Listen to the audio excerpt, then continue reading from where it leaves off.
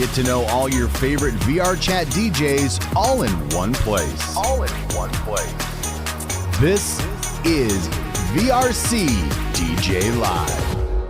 Honestly, with every passing day here in VRChat as well as in summertime, we're only just like a few days into well, I would say that most of July is summertime here in VRChat as well as in the real world, but I also feel like we still have a lot more of July to be had and a lot more very exciting things to happen in July. And it's just a matter, second weekend, we're talking with a lot of great people here on VRC DJ Live, and we're really glad to have you guys here as well. Welcome on into VRC DJ Live. I'm Rob Roman, your host. And of course, for those people that are joining us for the first time, we talk about all sorts of things DJ related here in VRChat with the DJs, with the promoters, the club owners, group instances, as well as organizers. And even today, having our special guest with us in the studio, a highly decorated organizer, if that were to be the case, global coordinator, technical marketing, and more for HIKKY, otherwise known as Mr. VKet, which I'm sure we're going to get into a little bit. And believe it or not, has been a participant of not only one, but 4 Guinness Book World Records within virtual market. Please welcome to VRC DJ Live, Lhun. Yo, how's it going? I feel like Thanks for having me. Especially right now, it's really hard to kind of like nail you down for almost anything because we are literally just a few days away from convention time. No, let's talk a little bit not about even it. a few. It's tomorrow. VKet is tomorrow. Yeah. So what does your schedule look like for tomorrow then? Because I mean, I would assume that you're there to kick things off. Yeah, I'll be at the opening ceremony. We start things usually about 9 p.m. It's really nice for Western people because, like, you get to do it on Friday night, but in Japan it's Saturday morning, right? So like they got that Friday night anticipation going on. They got to get up early to be at it, but we just get to party the night before, right? So it's like it's party time. The Western people are all like, "Oh, VKet's on. It's Friday night. Let's stay up till 5 a.m. You know, that's how they get to do it. And everyone else is getting up early.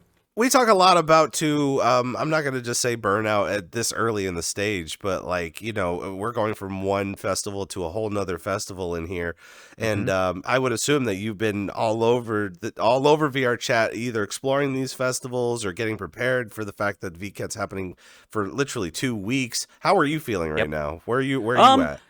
You know what? I don't feel like I deserve it. I'm a little tired. Yeah, there's a lot of things going on. There was Project Fest last weekend. There's a lot of like organizational and last minute stuff and meetings and video shoots and little things like that. But honestly, the team that I'm with, they work so hard.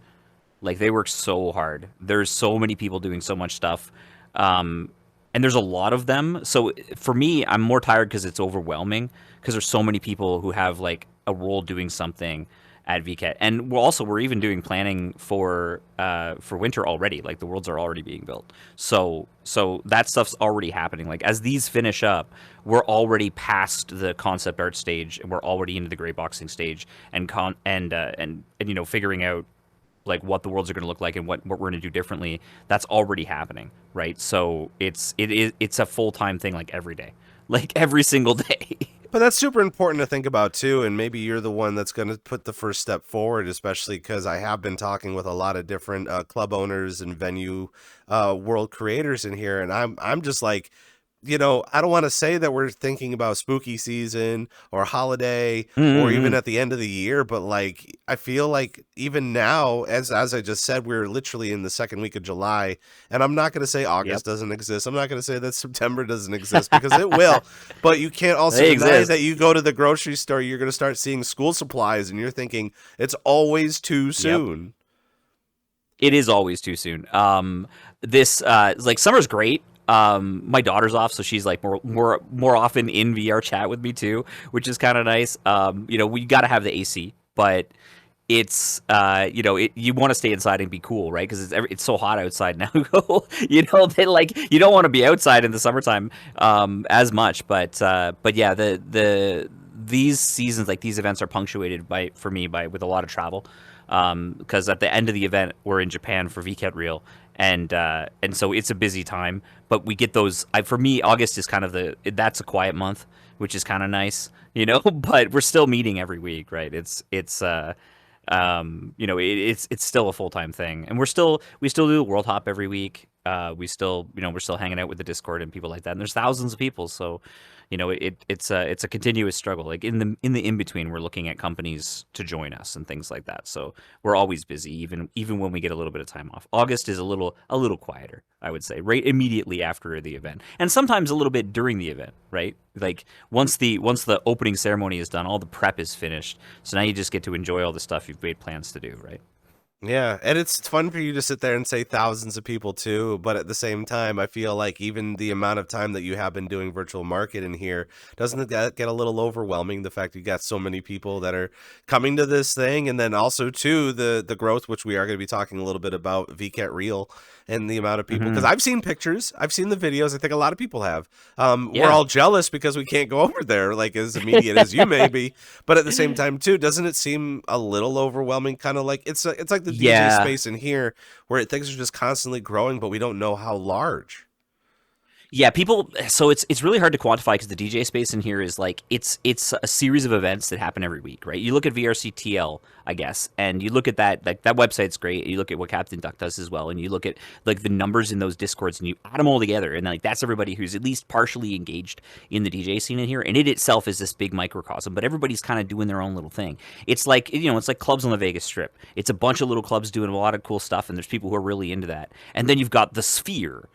And I feel like the Sphere, because like that's VKet, right? It's like you got thousands and thousands and thousands of people that can fill that thing up, and we get like 1 million, like 2 million people across, like 2 million, like at least like impressions, between VKet Cloud and VRChat, and that's really overwhelming sometimes, like to see how many people come through those worlds, like even I really appreciate huge events like competing huge events, like they're quasi competing huge events, like they're a different sphere, but like Ferality and Sanrio V Fest and Project Fest and other events in the past, you look at the world count, and seeing like 60,000 on a world is pretty great, but to put it in perspective, VKet is like 90,000 per world, and there's 17 of them.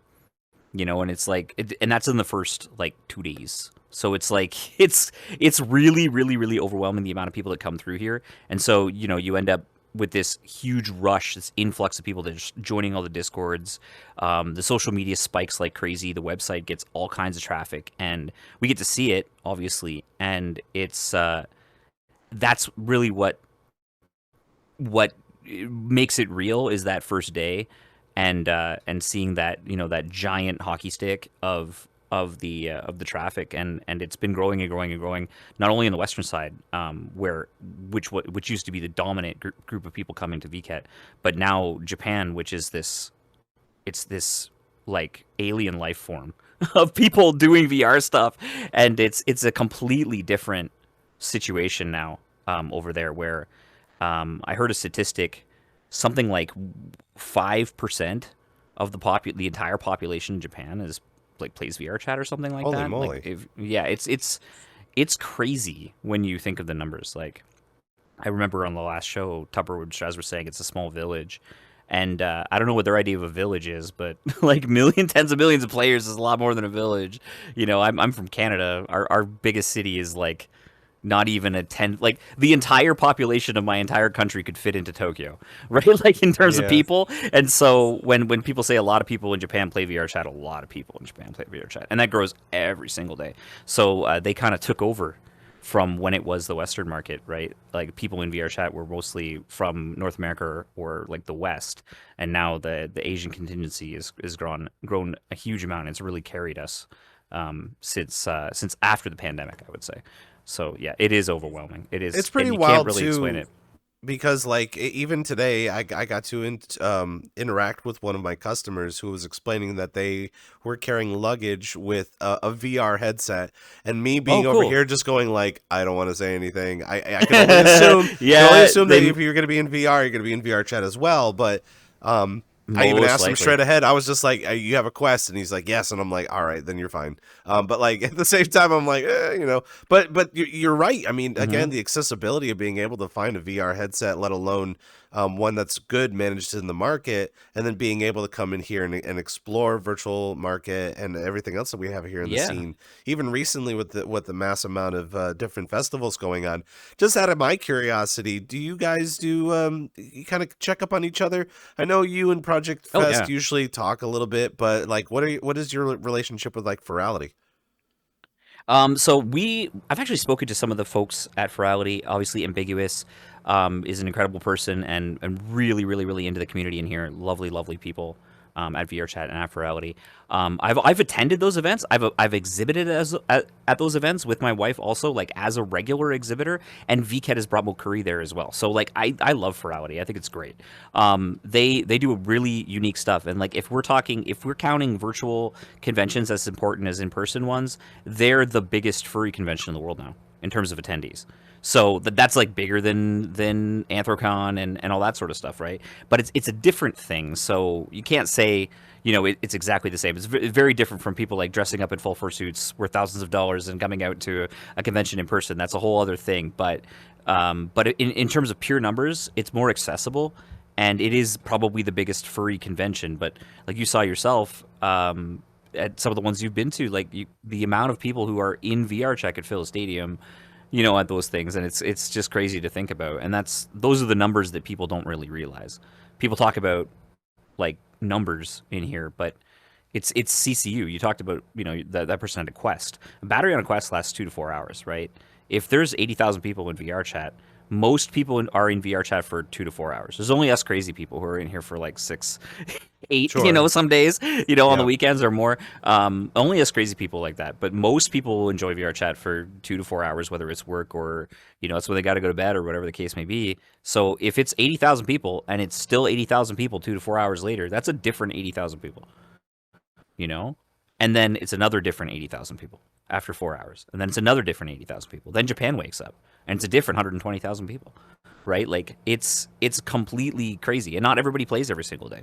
So you got to think about it. A CCU of 120,000 puts VRChat in the top 1% of games out there. There's really no, like, we're talking, like, I think I can say 5 other games that are as big right now, and none of them are 10 years old, right? We're talking about like Fortnite, CS:GO, Dota 2, Final Fantasy 14. I used to say World of Warcraft, but they probably have less players active, honestly, than VRChat does. It's big. It's really big. Like, really, really, really, really, really big. And also, too, the fact, too, like, again, this year I got to explore MagFest and even going to Furry Weekend Atlanta and kind of being a part of it. Not even just, like, knowing that a good chunk of those people are part of VRChat, but the fact that, like, they all could, like 80% of them literally have met in VRChat or continue to meet in VRChat, let alone the virality numbers leading up to that. Of course, at FWA, they literally had their own floor. So like, they were pretty all set as far as like promoting themselves. But I mean, you're right. Yeah. I mean, the fact that the widespread of how massive our tiny village can be compared to anything past IRL is interesting, and it's something that we need to continue to constantly be grounded on. Not even just a matter of raising attention and awareness to it, but also the fact that, like, oh gosh, I don't even want to bring up the fact that the holidays are coming up, and we've been hearing are rumors of all sorts of cool new headsets and stuff. Oh yeah, new headsets. Well, that's an interesting point too, because there's so many. That's another thing about Japan that makes it kind of interesting. There's so many more headsets in Asia that you can use. So like over here, you got basically like 2 options. You got like a Quest 3, Quest 3S maybe, right? You could, if you got cash, and most people don't, you could buy a big screen beyond. And you also need a monster PC to go with it, right? And you could maybe you've got a PSVR 2 and you want to spend a little bit of extra money on the adapter. And that's kind of it. Like, you can't buy a Valve Index anymore. They don't exist. You could buy I'm not going to throw any shade at HTC Vive. Like, they're awesome, and they make, like, the Vive Focus 4, I think, is actually a really good headset. That, and you've got for full body tracking options, you can get Mokopi over here. But in Japan, they've got Shiftall Megane X. They've got Haritoria X full body tracking. They've got the Flip VR controllers. They've got the Grip VR controllers. They've got Pico VR with full body tracking. And Pico VR full body tracking is both IMU based and visual. It's like so good. And it's cheap as chips, like super cheap. And it's like 4K headset. Like it's friggin' awesome. You know, and they've got access to the same stuff we do too. They can also get the big screen beyond. They can also get, you know, Vive Pro. They can get all those headsets, and they can get all the headsets out of China too. There's a few of those. Balbo VR and Pico is easier to get, and all that stuff too, right? So those headsets all exist, and I'm always surprised by how many people have crazy amounts of headsets over there, and the Quest is cheaper there too, right? And so like everybody's got a Quest 2 or a Quest 3. Like it seems like everybody does. Do you think that we'll ever find more of a love for Japanese technology than Japanese anime? Because I feel like a lot of people, when they go to conventions, they're constantly about the anime instead. Oh, I don't know, man. I think that's one of the appeals of VRChat. Is VRChat is anime. I have opinions on that. People blame me for this. Like, you know, people blame me for VRChat as anime. I can give Tupper equal blame for that as well. I think we both have a video from the really, really early days of VRChat. Mine's from 2015. I think his is from 2017, and they both have over 670,000 views. And it's like how to turn like Miku Miku dance models into VRChat models. And like both of us had a video like that. And like mine was from 2015. And like back then everybody was using models from like, you know, I think that VRChat is anime, you know, it's as much anime as you could as you can imagine, right? Like, but in VR. So I think the Japanese technology you can get people into it by like getting them into VRChat, or if they're into anime, they're going to be in here.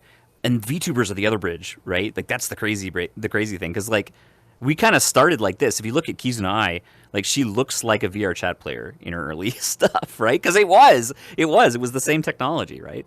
And it was HTC Vive trackers and you know and all that stuff. It was the same tech. So it's I feel like that's the bridge. That's how we get people into the VR tech as well. But I think once you're in here and you have a good experience, you get hooked. I think right now the onboarding is the problem, and I think. Everybody I know, like some of my best friends who came in here the first time, and the first like while VKet was going on, those people end up sticking around because they got something wholesome and cool to check out. And like, oh my God, there's all these companies and people making cool stuff, and look at this avatar I didn't know existed. I think that's where people have fun and do that, but it's like the off times when like, oh, let's go to the most populated place and just get yelled at. You know, like that's how you it's like you're flipping a coin, right? Whether people are going to be into it or not. And then the way to get them to try and flip the coin again is to get them watching shows like this and other viral videos on the internet, right? I think that's important. So we need stuff like that.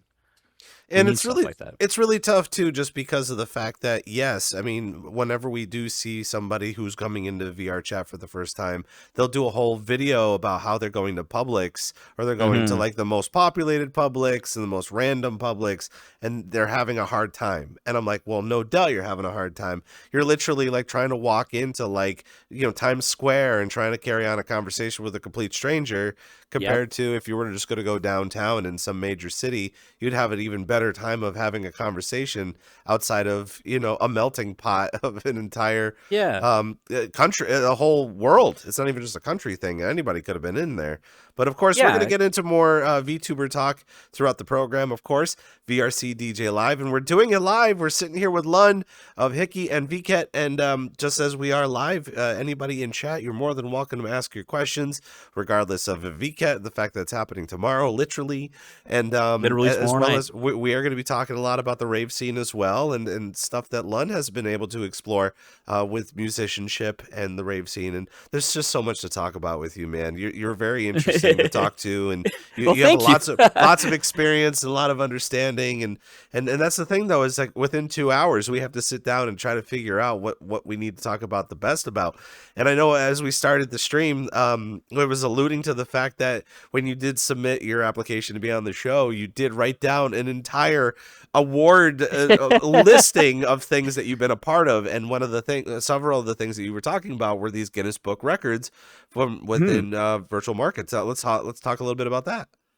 Yeah, so we got 4 of them. That's not our only award. So the first award we ever got, and this one was really good because I was the one who spearheaded this. I pushed really, really hard for it. So that's the one trumpet I will absolutely toot. But if it wasn't for the company like putting in the effort to make an amazing event, we wouldn't have gotten there. But like big shout out to Bay Knight. I don't know if he's watching right now. He's probably still sleeping, but he was an original global team member who was working on the Japanese side, and we had many sleepless nights right at the beginning of the pandemic where we applied for the AIXR VR Awards, which is like the Guinness, not Guinness, but that's like the Oscars of virtual reality, right? Like we were up against companies like HP and Valve, and Audi and other groups like that, and we went and we pitched for marketing of the year. So we applied for marketing of the year, and I spent a really long time writing this massive like I guess nomination document for AIXR, and we won, and it was crazy. Like like it was one of those like, oh my god moments. And I don't think the company fully appreciated like how big AIXR was, and how much winning one of those awards actually means. And from that point, it was like a bit of a rocket ship, right? We were already starting to do pretty well. We had finally, like, basically this whole company was like funded off of like Fio's line of credit in the beginning, right? And we were finally profitable, or started to become profitable by VKet 6. And when we won AIXR, it was like, that was a big moment. So that first award I think was great. We also won a Tokyo XR award right after that, and we've also applied for like numerous other AIXR awards too. But they, we've gotten accolades from them as well. Like we've won additional things from them over the years. But the Guinness World Records are interesting because you have to think of like, what do you pick as something that you're going to try to set or beat a record on, right? Because that's how they work. Like a lot of people think, oh, they just like, if you do something that's definitely amazing, like Guinness is just going to like show up and be like, yeah, we recognize you. No, you got to like, you have to have a person from Guinness, like an actual official there to do it. And the first thing we was obviously like, hey, we're the largest virtual convention event in the world. For sure, we know we are, and we don't think anybody else can top this. And so they were like, well, we looked into it, and no, we think you are. So what they had to do was, within an hour or something, they had to like have someone come into VRChat and start counting booths in VKet 5. And if you know anything about VKet 5, VKet 5 had an unlimited number of booths. So we tried this thing where we were like, we'll have an unlimited number of exhibitors, and we'll just keep duplicating the worlds and changing some small aspect of it, whether it's like the icon or the color or something, like the whatever the name of it as well. And we'll just keep adding on worlds until we get every single exhibitor. And we ended up having like an unbelievable, like more than 1,200 or more booths at the time. And they didn't even count them all, because like there was definitely more than that, but they didn't even count them all because like we ran out of time for the officiant. So that was a really interesting one. So that we still have that, Guinness World Records recognized the most booths in a virtual event ever. And then we decided to go after a few other fun ones. The second one was the most selfies in VR, or pictures of avatars, I guess, in VR. We did this one with Logitech in VKet 6. So it was the most selfies of avatars posted to social media in 1 hour. We have that one too. The third one was the third one was most people dancing. And we did that with Komi Heroes, the person who did Promise. Like you get, the Get Down meme where like, you're the animation, like get down, and you're like freaking out, and that was originally like, it came, you can see it on Know Your Meme, but she's so Komi Heroes is like, she's like the Celine Dion of Japan. She's like Japan's like, most celebrated romance singer, and she came in and we had an avatar for her in VRChat, and it was such a cool thing. We also had Pink Lady at the same time, and we even celebrated like the anniversary of Promise and stuff. But for hers, in partnership with JVC, I believe it was, we did a most avatars dancing ever, posted to social media 1 hour, and then we did one last one with Suntory. It was exactly a year ago. It was the most people doing cheers, or Kompai, posted to social media in an hour. So we have 4 of those. We've won XR Kai Guy a few times too, and innovation awards. We also won an award in Tokyo for most innovative event with VKet Real as well recently. And There's a lot. Like there's a lot of them. Like sometimes it's overwhelming. I feel so lame because I can't keep up with all of it sometimes, and I'm one guy, and the company is real big. So it's like it's really hard to keep up with everything that we do. But I do my best to try to promote it, like whatever I think would be most interesting to Western people when or that would like get the most attention. I think when it comes to like what HIKKY is doing, so that so people can understand like yes, this is a real thing, and yes, we make our living doing stuff in social VR, primarily in VRChat. So. And we love working with those guys too. Like our relationship goes pretty deep, so it's really nice, But yeah, people don't really fully understand it, right? It's just crazy. What's so fascinating too is just the fact that you've gone a little above and beyond over the things that you think that, again, could be this massive scale for the Guinness Book, and making sure that you do make your mark in there. I mean, obviously you're doing enough with Virtual Market and how HIKKY is promoting a lot of these different types of events, but no one would really consider even thinking about that, even in this space alone. We do a lot of amazing things in here, but being able to market it like that and be a piece of history, bringing virtual reality into history as well is kind of a mainstay staple, to make sure that we have forward thinking and forward motion when it does come to finding things that we're doing virtually into the real world as well, and finding that that likeness and being able to translate it enough to say that it's not just a game in here. And I think there's a misconception, especially when it comes to virtual reality, and a lot of average individuals when they're playing video games or what they've seen online compared to what's going on in here currently.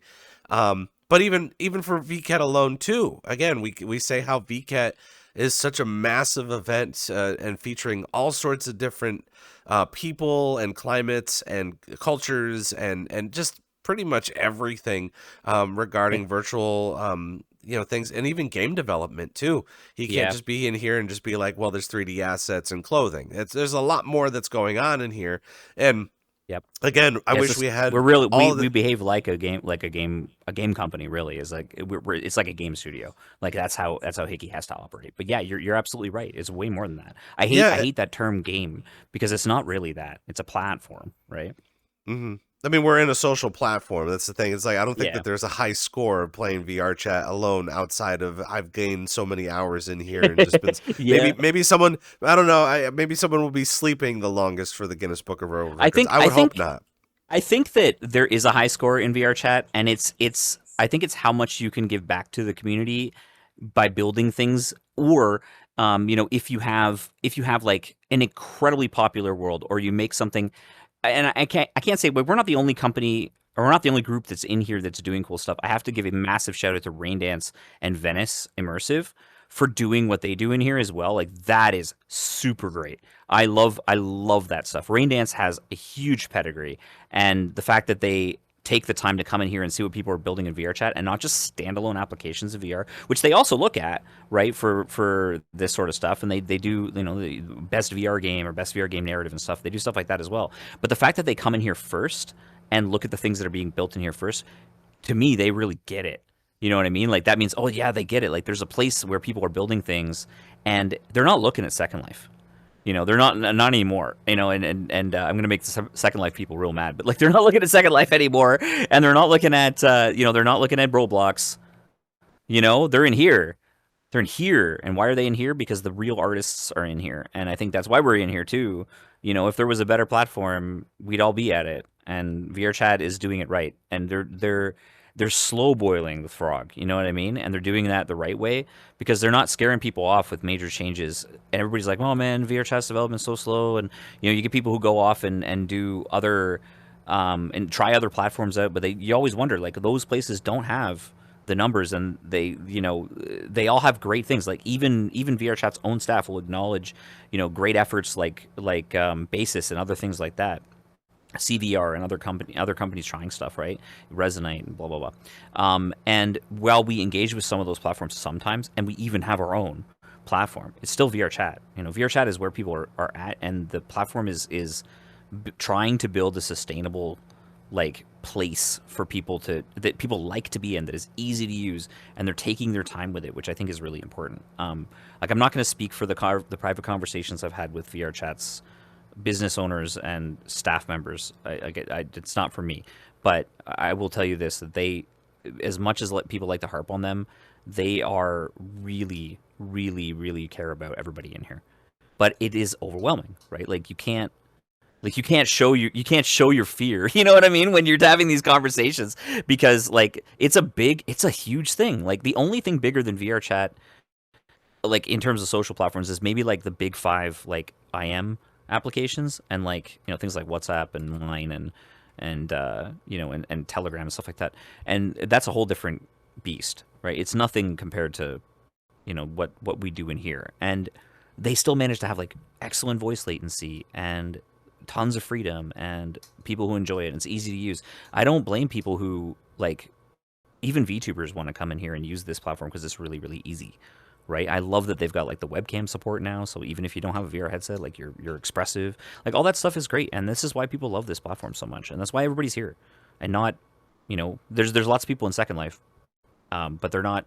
I feel like there's a lot of people lurking in Second Life. They're not actually playing it, and they don't have. They doesn't work with the VR headset. You know what I mean? We got people doing breakdancing in here, and backflips and stuff. Like I don't think people fully understand it. A lot of people think it's an animation, and it just drives me crazy. And they don't really fully understand the.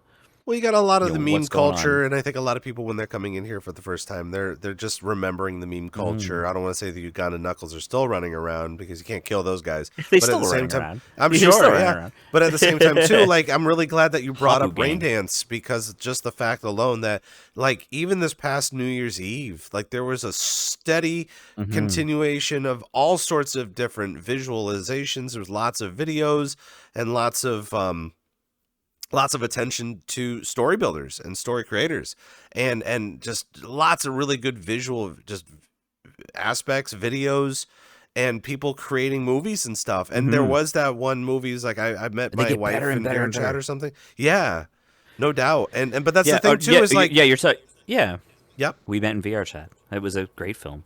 I want to see it. I still haven't seen it. Yeah. You still haven't seen it? Oh man, yeah, it was on. I mean, they got on HBO. Like that's huge. But it's not the only one. That's like there's been Netflix specials. Like during the pandemic, there was an entire episode that was filmed like partially in VRChat, which was awesome. There's been like even our own IP. So Mokuri Project, we filmed part of it in VRChat. And that was done by Root Studio, the people who made Kemono Friends. But not even that. Like there's so many things. Like Rick and Morty did a thing in VRChat with Deadmau5 a long time ago. That was a New Year's Eve party, actually. Gosh, who else? You think about productions. There's been a lot of TV shows that have done stuff in here. Heck, I worked on one. What was the name? Lovecraft Country. Lovecraft Country sent a bunch of Quest 1 or Quest 2 headsets to people, and that was who was the company behind that? I want to say. I can't recall. It's been so long. I talked about it some years back, but like because my NDA had run out. So like I worked on a QA a little bit with them, and Lovecraft Country did an episode where they did like an immersive experience, and they used VRChat as the platform to do it in.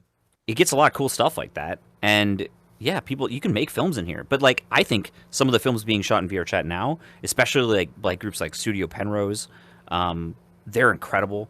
There's so many people making amazing stuff in here, and like some stuff, if you didn't tell people it was VRChat, they wouldn't know. Like there's no way they would know. Oh heck, I don't know if I sent you what was the name of the group. So there's a group by Sanyo.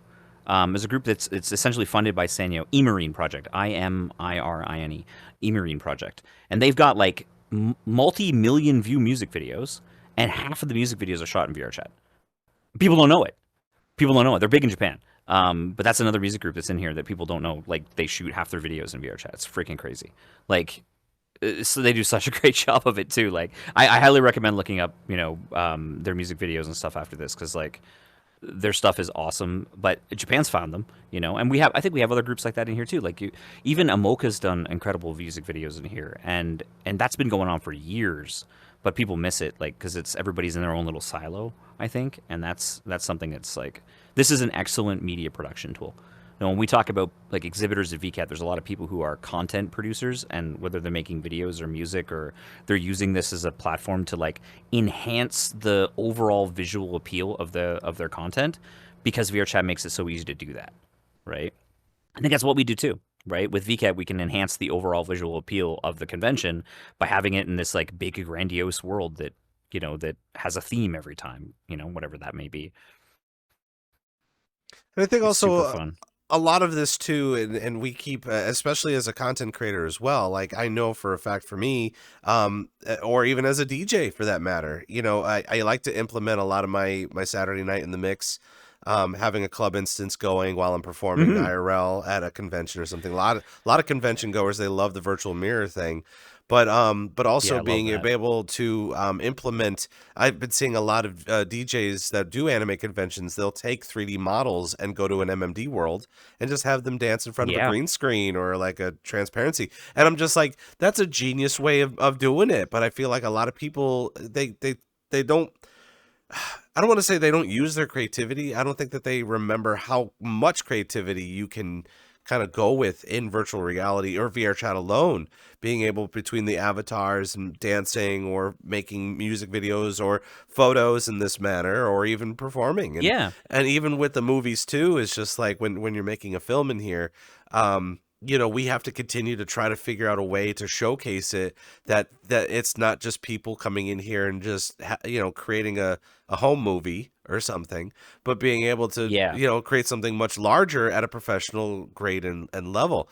And I also, we're going to talk more about this as we lead on, because there's just so much fun things to talk about between the integration of the Japanese cultures as well as the Western cultures, or just having a lot of artists in here doing a lot of creative things. But the VTubers alone, you know, I know later on Oh we're going to be yeah. talking a lot about the VTubers and the things, their transitional periods. We'll be talking a little bit that soon-ish. Again, there's so many topics to talk about today. But before we Yeah, get to there's a all lot. of that, yeah, I mean, again, you're doing a lot of cool stuff, and we have to sit down and kind of just pull it apart and try to figure things out on it. We won't touch But 10% of it, I'm sure. that's what I'm saying. It's like I Yeah. could sit here for a couple more hours, but 2 hours is plenty for me. I'm sure 2 hours. We would have to have you on for a second time, that's for sure. But of course, before we carry on to all of that, I don't think a lot of people dive into interviews by asking the immediate question, which is, for those people at home that don't know what virtual market is, what is virtual market? Virtual Market is the largest virtual convention on the planet, especially one focused on like creative people doing 3D and art for specifically for like the metaverse, right? Like or for 3D immersive spaces and things like that. So we as a company, we have like a pretty lofty goal, and the idea is that we want to like create a society where the value of creativity from people, you know, because a lot of people come in here like let me lay this up a little bit. So a lot of people come in here and they say, okay, we're going to make this cool thing, and you've got these amazing worlds in VRChat that like people don't know about. Like if you ask anyone off the street who Dr. Morrow was, or if they'd ever seen an organism, they have no idea what the heck you're talking about. So it exists in here in this microcosm of its own place. It's an incredible experience. It's a beautiful piece of art. The idea behind HIKKY, our mission, is to create a world where the creativity that's inside every single person is recognized outside of VRChat, outside of and inside of VRChat, but like outside of VRChat and in front of companies and anime producers and record studios, and like that's the whole point. Like that's what our company does, right? The future, like the next world, we feel like is going to be like it's going to be built from this stuff, because we're going to probably be spending a lot of time in here. You know, it depends on, like, some people fully believe that we'll, you know, due to climate and stuff, we're going to have to spend more time in virtual space, right? But also, I feel like, and this is another thing, kind of goes into the philosophy of what HIKKY's all about, and I really vibe with this stuff because, like, this, I think I'm still here because I believe in that mission, right, myself as well, and I feel like I've had at least a small part in helping to shape the company in the same way, right? Because we all talk about this stuff all the time. You know, we talk about it over drinks, and every time I go to Japan, you know, we sit down and we talk about like what's the future of the metaverse, and there's thoughts about, like, you know, we're a lot of us are going to spend more time inside. Virtual stuff is taking off and still is, even during the pandemic. We've had an example of what it's like when maybe we have to stay indoors. How do we connect to people? I think the people who came out the other side of the pandemic, spending most of their time in VRChat, they're the ones who are doing really well, like socially, mentally, because for me, it was like another day.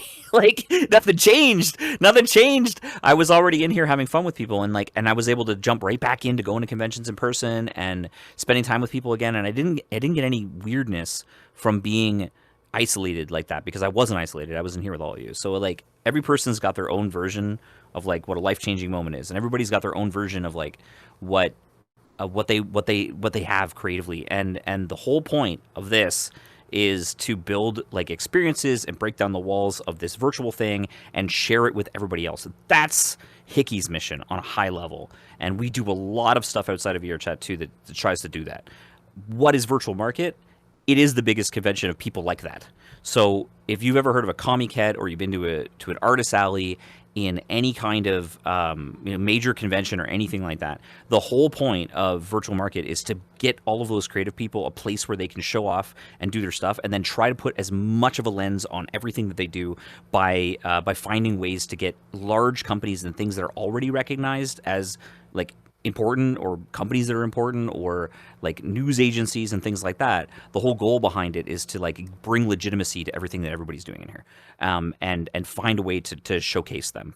Our sponsors at VKet don't come to us because we pay them; they pay us. We're a marketing agency ultimately. Like if you really boil it down, we're a marketing agency. But what and who we're marketing is all you guys making cool stuff like this.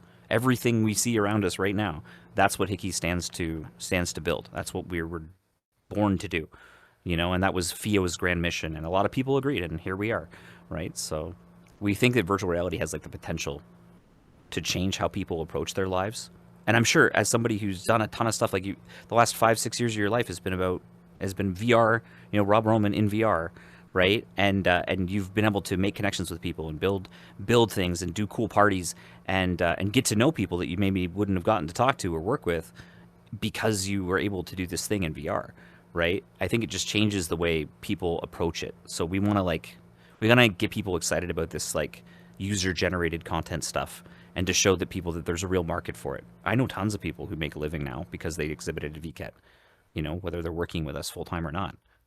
Actually, there was a question about that. Is HIKKY full time, or do we have side jobs? Yes and no. Some of us work part time. I do too. I basically work 2 full time jobs. Like I have a day job and a night job. So I work essentially full time in HIKKY, and I do another thing full time as well. But a lot of us are like 9 to 5 in the office. People like Na are in the office 9 to 5. People like Raido are in the office 9 to 5, and same with Funakoshi and Fio and Mizuna and Shizuku and Kwakiko and all the people who build all the things at VKet. They're either literally working in the office, or even though it's a remote work, and I think 60% of our employees are remote, most of them it's a full-time job. So yeah, I don't know the exact number of employees now, and I don't know if I'm really allowed to say, but there's like let's say more than 100 people who actually work. Like that's the paycheck. So, but I feel like even if you're going to be making stuff like that too, like even creating something as a large scale as Virtual Market, that you are going to need to use that time as a passion project compared to how much money you are actively making. We were kind of discussing a little bit off stream of the fact that like you can come in here, and I guess this is a good time to bring it up too, is in virtual reality, everybody gets a time of limelight. And everybody gets a time to shine and gain popularity, even in our tiny village. Again, I don't want to keep saying it's a tiny village. We do have. I disagree with Tupper and Straz on that. Yeah, we still have a small bubble, but there's still plenty of people, even in the DJ community, that think that like that while they do have celebrity status, doesn't guarantee you success financially. Even that of just like on Twitch, when you get partnership, you don't automatically assume that you're going to be getting a ton of money or lots of That's right. notoriety. And unfortunately, for a good portion of any sort of influencer, content creator, even in virtual space, you do have to make ends meet, and you have to go do a job and then come in and work on your passions. But I would assume, just as you're a good example of this, is that you've been working really hard with VKet and HIKKY to put together such an amazing product that you can turn these dreams into a reality, into a career, into something that will definitely pave the way later on. Yeah, for sure. And we do hire people to do stuff, like it's not like, so we have two things that we do. One is like a gig work economy, and we have something called crew.vket.com, which is a website you can sign up for. And we do take, obviously it helps if you speak Japanese, just for like to ease the friction of working with people, right? And that exists, and we take part-timers or subcontractors in to do different things at VKet, right? Whether that's helping out with social media, like translation, music sometimes as well. We have like original music artists that come in and do all of our background music. A lot of people don't know that. All the music at VKet, it's not like AI generated, and it's real artists. And in fact, some of them are like really big real artists who've been on like tons of video games and like have done music for all kinds of like anime and all that kind of stuff. Is like really crazy. And we hire people in to do voice acting and other things like that, and 3D modelers and sub modelers. I've done some sub modeling. My friends have done sub modeling, and Western people have done sub modeling. A good example is Octoplex. Back in VKet 5, he did all of the ghosts that you see and the spider guy in Curiosity back in VKet 5. So that was Octoplex, and he's pretty well known in here as well. But yeah, we get people in to do stuff. So there's definitely subcontractors that work on it as well, and you can make a living doing that sort of stuff. But that's like VKet itself, and I think you can make a living in here by getting yourself out there, and that's really the most important part. Is like you got to do stuff that's in front of people. Whether that's like applying for Rain Dance like constantly, or like go to Project Fest, or anything, any moment will get you a moment, right? I'll say Octoplex again. Another good example was Octoplex was at VKet 5, and Rubber Ross and Jaden Animations were walking around VRChat around that time because it was the hot thing to do, and in 2020, right? And they were walking around and they bumped into Octoplex's and Funky Alien Studios. They bumped into their booth in VKet 5 in Curiosity, and there was 5 Curiosity Worlds. So like, or not Curiosity, in Nursery Rhyme. There was 5 of those booths, or 5 of those worlds with like 100 booths, and they happened to stumble across his, and then eventually he got commissioned to do Jaden Animations like Avatar in VRChat. So like that's like the lucky break that you need sometimes, is to just, you got to put yourself out there. You can't just make something and hope and then complain that people aren't like, oh, look at this amazing thing I made. But yeah, okay, some people see it, but you really got to keep like throwing darts at the wall, right? With your content, you like the paper plane's got to have something cool in it, and you just got to keep throwing it. And I think HIKKY's goal is to like make sure that we fire off as many paper planes as possible whenever we can. And VKet's good about that too, because of the fact that like for me, I use VKet time to find more outfits for her, or find new accessories or something like that. But those are the things that you don't proactively continuously try to search for, lest you try to make it yourself in Blender and try to figure out that entire thing. Right. It's just like, you don't know how much time it takes to make an accessory or a necklace or shoes. Shoes are always kind of a big thing, or a wristlet or something important. But just as you were saying too, it's not just for virtual reality as well. Like, there are a lot of VTubers out there that are constantly looking for new accessories or new something. That's and a then whole new they market will now. They could come in here, and just like we were saying with VTubers as well, is they'll continue to kind of sniff around to try to find the latest greatest something, or do some window shopping that they haven't actually seen before, let alone if you were going to be into game development or something, you can find 3D modelers in here as well. Yeah, and be able to connect that way. But that's the other part of, there's so many things that we can unbox throughout virtual market that are super important.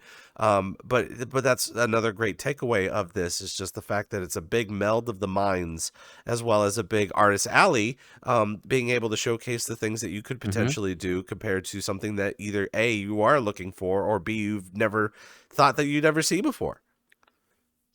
I'm a huge advocate of channel surfing. Right, I miss channel surfing. Bring back bring back radio, bring back cable TV, maybe without the costs. Get your bunny ears out, man. Like They just we put got everything it in all in shuffle. UHF. Yeah. Yeah, exactly. You know what I mean? Like, so everything's so curated these days. Like, my daughter's never lived in a world where she had to watch commercials. Like, that's cracked, and like I'm actually kind of glad about that. But at the same time, like nobody likes being advertised to anymore. But that's the cool thing about VKet is like people don't mind being advertised to. Like even if it's a big company like Sony or Disney or Sanyo or Yamaha or any of the other groups we work with, like it's really cool to have somebody go into a booth at VKet for SMBC Bank in Japan and get on a roller coaster that is modeled after the ups and downs of the stock market during the 2008 financial crisis, and go, that was awesome. And it's like, come on, what do you mean that was awesome? They literally are talking about how like they're the best bank ever because they survived like like the financial crisis, and people have a great time with that. They don't feel advertised to, and I think that's the beauty of it. You got to be genuine with people. The best commercials are the ones that are just real people talking about a product and they actually believe in it. And I hope I come across that way too, because I do. I'm not a shill. Like I actually I believe in this stuff. I remember this stuff because it is memorable, and that's what makes VKet so great. And like, there's so many cool, amazing booths that regular users have made as well that really stick with you. But channel surfing is it, right? You walk through and you discover something new because you're kind of walking through. You have to walk through the artist alley, and you're like, oh, look at this. Like anytime you've ever been, just think about anytime you've ever been to a mall. Going to a mall and like seeing a cool product on display that you can physically hold in your hands or look at and be like, oh, I want to buy that. Like there's a huge difference in like scrolling around Amazon or like, to bring it back to like Avatar stuff, booth, right? And like, you can scroll around booth all day long and you're going to get fed the stuff that is most popular or is similar to other things you maybe bought or clicked on or liked or whatever. And you're going to have a hard time like finding new, unique stuff that you might like. Even if you sort by new and scroll for days, try to find stuff. There's a lot of stuff. It's a dumping ground of stuff. It's great, but that's like trying, like, imagine if they took like every product in a mall and like shoved it into a big bin, and then you just had to like dig through the bin until you found something good. Like that's not. No, what you need is like you need a mall. You need an environment that you can walk through and see something cool. You can see an avatar wearing it, or like an avatar you have wearing it, like, or you can like put the clothing on your avatar, or like switch into a sample. Like that stuff is really, really important. And as cool as and as important as, and I think as profitable as for the people who are on it, the avatar marketplace of VRChat it's still a big list, right? At least you can wear the avatars in here, but like. There's something different about walking through VKet and seeing something the way that the creator intended it, or did their best effort at like trying to sell you the thing or show you this, why their BFG gun 9000 particle system is the best thing ever, right? Like I love that, and it's the same goes for our corporate sponsors too, because they know they got a big hill to climb. They don't want to be like the annoying, unskippable Twitch ad. That everybody hates, that like it starts getting memed on, like that's how Mafia works, and it just becomes a meme on itself, and like nobody wants that like garbage tier advertising anymore. But when you like walk into any of the like you walk into a booth for like, I don't know, like the like we had one for Senran Kagura, right? And they had like the giant girl in the bikini outfit and the Christmas tree and everything, and like that's really immersive and fun and really interesting that what they And put they're together. learning their demographic with that too. Exactly, right? Like they're trying, right? They're trying to figure out, but that's a cool thing about the people here. We're passionate as hell, and I think that we make people passionate with our own passion. I think that's a secret too. Like that's like I'm giving it away, but like that's the secret in here, right? Is that you got to have. It's the early adopters, like the really excited early adopter people who check things out for the first time, who are willing to like show other people, like, look how cool this thing is. That's what gets more people to sort of glomp on and do stuff, right? Like like I think Markiplier is like single-handedly carrying the entire industry of like indie horror games. Like it's just him, like 110%, because he's able to show this game off and be like, yeah, I had fun, or he has some sort of like funny take about it, and like people play the game, people buy the game. Like they do great. And I think that VKet also has that effect. Like the VKet effect is real, especially for some people. Like sometimes you don't win it. Sometimes you don't win. Maybe your booth doesn't stand out enough, but like I want people to keep trying. If you didn't have a good experience with it, you never know. You could become the next Jingo, and that does happen, right? Yeah. And Virtual Market is free to go to. Mm-hmm. and it's very, very cheap to exhibit at. If you think about how much money it costs to like do a convention like AX, to have a booth, I don't even know how much it is. I don't want to think about it. It's like what, like thousands of dollars for a booth on like a physical convention floor, and you're only going to see like what, the 6,900 to 10,000, 20,000 people that are there, maybe, right? Whereas at VKet, you get like 90,000 people are going to see your stuff, and it's less than $20, right? I think that's worth it. And we don't even charge that money because we're making money off people. Like a lot of people don't know that. Like we had to start charging money for VKet because we had so many people apply that there was no way to guarantee they'd finish their booth. So we were ending up in trouble because so many people would apply to be at VKet, and then like we had no incentive to make sure like, hey, you like please finish this thing. And so like we don't even want to like. You got to think about it. Like, even if 1,200 people pay $20, that's definitely not paying for the employees that we have for the company, or even our office space in Ebisu. Like, no way. Like, so people see the fees at VKet and they wonder like, why is there a fee? But like, yeah, it's I mean, because it makes you a guys lot don't of finish sense. your booth. Yeah. And plus, you have a lot of people coming in and they're seeing everything that's going on here. You got multiple worlds to be able to explore, multiple themes, and someone's got to build that. That's the thing. Yeah. Yep. Yeah. So it's not the exhibitor fees. It's the sponsors that come in here and sponsor us, and they are sponsors in the true sense, right? Like we have a sales team. We go out. We try to find companies that might be interested in trying to exhibit in a new way. And our job at HIKKY is to like build. Sometimes we build the booths for the companies too. Like more often than not, we do.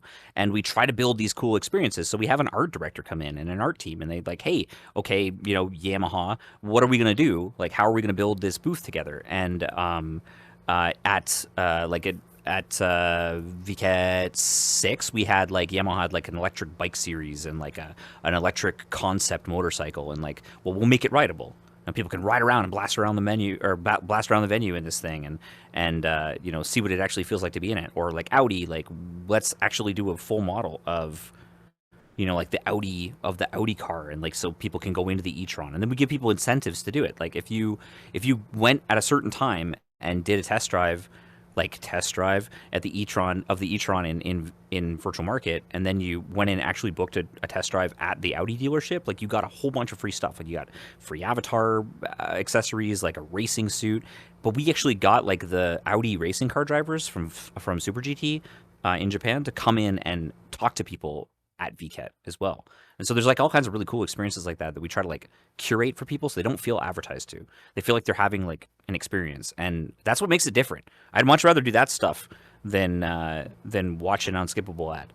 Like, put it that way. You know what I mean? I think that's where we sort of stand out, and that stuff's really fun. But it's not about the corporate side, as cool as that is. That's the limited time stuff. We that goes away.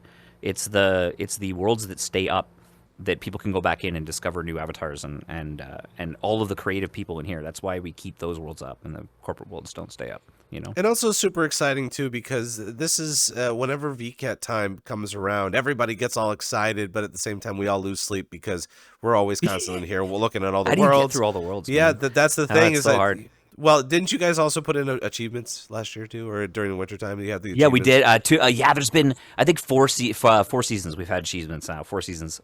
So there's and they get better every time. Like, so we even have a contest now. Like, if you speed run it, one of our ambassadors, Nopede, actually won last time. He won he actually did it. He went through every single map as fast as he possibly could and got every single achievement faster than anybody else. And I think he won by I think it was 4 seconds to the next guy. Like, it was crazy. But yeah, we have achievements now, and they a lot of times they're hidden stuff. So we have achievements, we have quizzes, puzzles.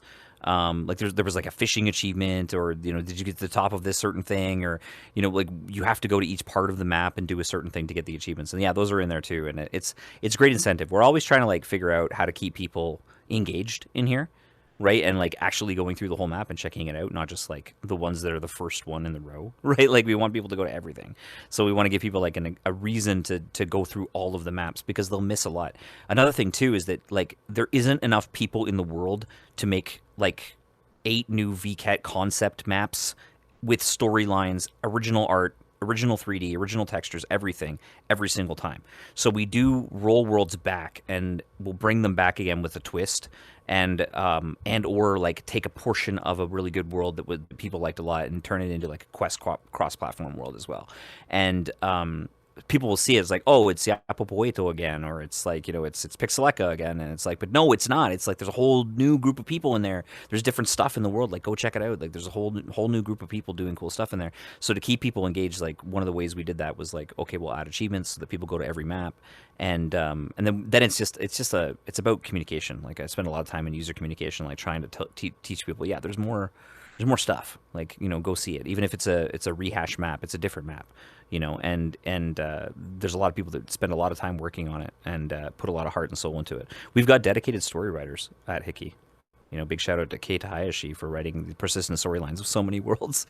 He's got a story that is like, oh my god, so many pages long. It's crazy. That guy and his laptop, writing the plots for VKet. People don't realize that there's some deep stuff, and that's the idea, right? We want to we want to give you a writing prompt to make 3D models.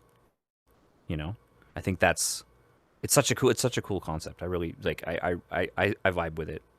Like that's why I can be really passionate about this stuff, because I really believe in what they're doing. Is there's when you get to meet these people in person, when you get to see their passion and working on this stuff, like you really start to understand it. It's a little different when you're like behind the curtain, but thankfully we have ambassadors now, so we can start sharing that with everybody. We got a few of them in the chat. Well, it's also good too, especially because of the fact that we were saying that, like, I think there's so many ways that you can be viewing virtual market. One of those things, like we were saying, is being able to make 3D models and 3D accessories just for VRChat alone, compared to even cross-pollination of the different cultures, Japanese and the Western cultures.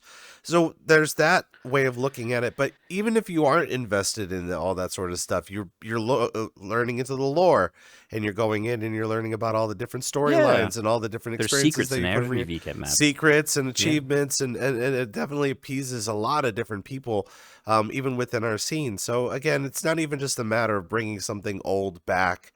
It's also being able to retell it to the people, because there are some people, like you've been saying before, we do have a revolving door of the amount of people that are in here constantly. So what could be old to somebody else could be brand new to somebody else too, and being able to integrate all of that into this whole couple of weeks of just fantastic experiences is just phenomenal. It blows my mind. Like I spend a lot of time with leaders of like some of the largest communities in VRChat, like a lot, and it blows my mind.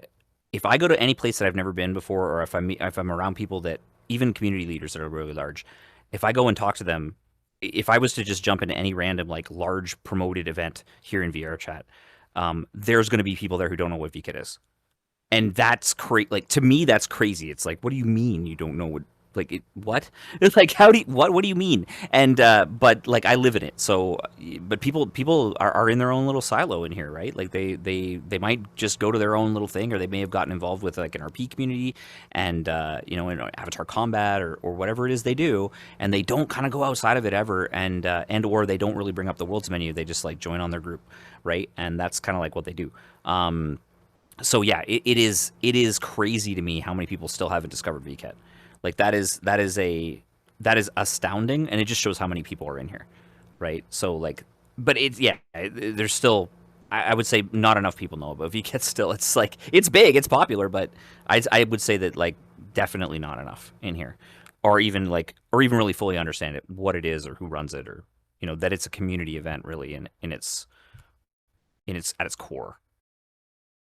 Says VRCDJLIVE. We're sitting here with Lhun of HIKKY and VKet, and VKet is actually going to be starting off tomorrow for the next couple of weeks, featuring all sorts of events and booths. And 2 weeks. Of course, VRCDJLIVE will be on remote in a couple of weeks there to kind of talk with a lot of the ambassadors and some musicians and stuff like that. I'm going to ask you a very complicated question, something I didn't write down here, but I kind of wanted to know a little bit. Comparable to VKet 1, where have you seen the progress between now and then? Oh man, so VKet 1 was, I guess, technically VKet Summer 2018. So, or yeah, VKet 2018 Summer technically, and VKet 1 was like one map, two sides of one map. It was designed to look like Tokyo Big Sight, which is where Comicat is held. Right, and it was really just a passion project by Fio, right? And he started this whole thing because he wanted, like, he credits with VRChat with saving his life, right? Because he was in a very depressed state. You may have guessed, and a lot of people don't clock this right away, but like HIKKY, the company HIKKY, right? There's a term in Japan called hikikomori, right? Which means shut in. And it's like a syndrome where people get like they sort of like withdraw from society and sort of like, you know, they kind of hold themselves up in their house and don't want to work or go to school or do anything. And so that's kind of part of it, right? And there's a similar sounding word. It also means like to play an instrument. But HIKKY is, you know, we're very unabashedly nerdy VR shut-ins, right? And he credits VRChat with saving his life, like, and the people he met in here, and the creatives he met in here, and the things he was doing in here. And so he wanted to give back to that and create something in VR, like to show off all these creatives that are making stuff. Like, everybody's a creative person. There's a lot of people making this really cool stuff. They're not working in the games industry, but they're making stuff for each other inside VR. And he wanted to show that off. So the first event was like pretty small, but pretty big at the same time. Like, it did really well, and it got the attention of Unity Games Japan. So they came in and did it, and they were able to like latch on to the Mokuri project that was starting up in here with Akihito Tsukushi of Made in Abyss fame, and started like getting these like little sponsorships, and the company started to sort of take off from there. So the first one was so successful that everybody was like, wow, this is crazy. And then he said, well, maybe we can do something with this. And then, we're going to do another one. So they did VKet 2. And then all these sponsors showed up out of nowhere, like in 2019. It was crazy. So, you know, they had like, oh my God, they had AMD showed up, and Autodesk showed up, and Kadokawa, and was that all word of mouth, or how did that even come to be?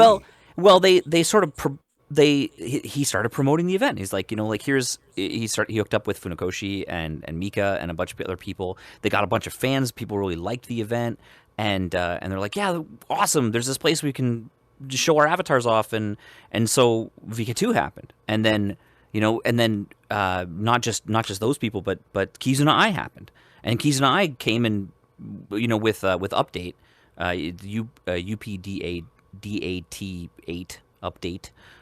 They came, that was the company that, I think they have a different name now, but they're still around. And they brought in Kizuna Eye, and they brought in Mirai Akari, and they brought in like a bunch of VTubers. So like, a lot of people don't realize this. Like, people like see a lot of VTubers at VKet. Some people have opinions about it, but we're inexorably tied to the hip. Like, the VTuber scene is kind of like, when that started off in Japan, it started to like, people are seeing like, oh, this virtual life thing, right? That's happening, right? So people thought that was cool, and so VKet 2, like, that got promoted, and then it made it on the news. It got on NHK World, right? And with all the sponsors, and VR Pill was a part of that. He was at the opening ceremony of VKet 2 as well, and VR Pill, you know, he does biz dev at VKet, and or at VRChat, and got involved, and he spoke a little Japanese as well, and he started to, like, he knew Fio, and he started to like understand what was going on, and like, he's like, man, you guys are such great world builders. Like, you're incredible. Like, how is this happening? And then we did another one 6 months later. And VKet 3 just absolutely popped off, like completely popped off. So we, you know, and that one was when we really like put the foot on the gas, right? Like, we built a ton of worlds. We had like the subway system intro.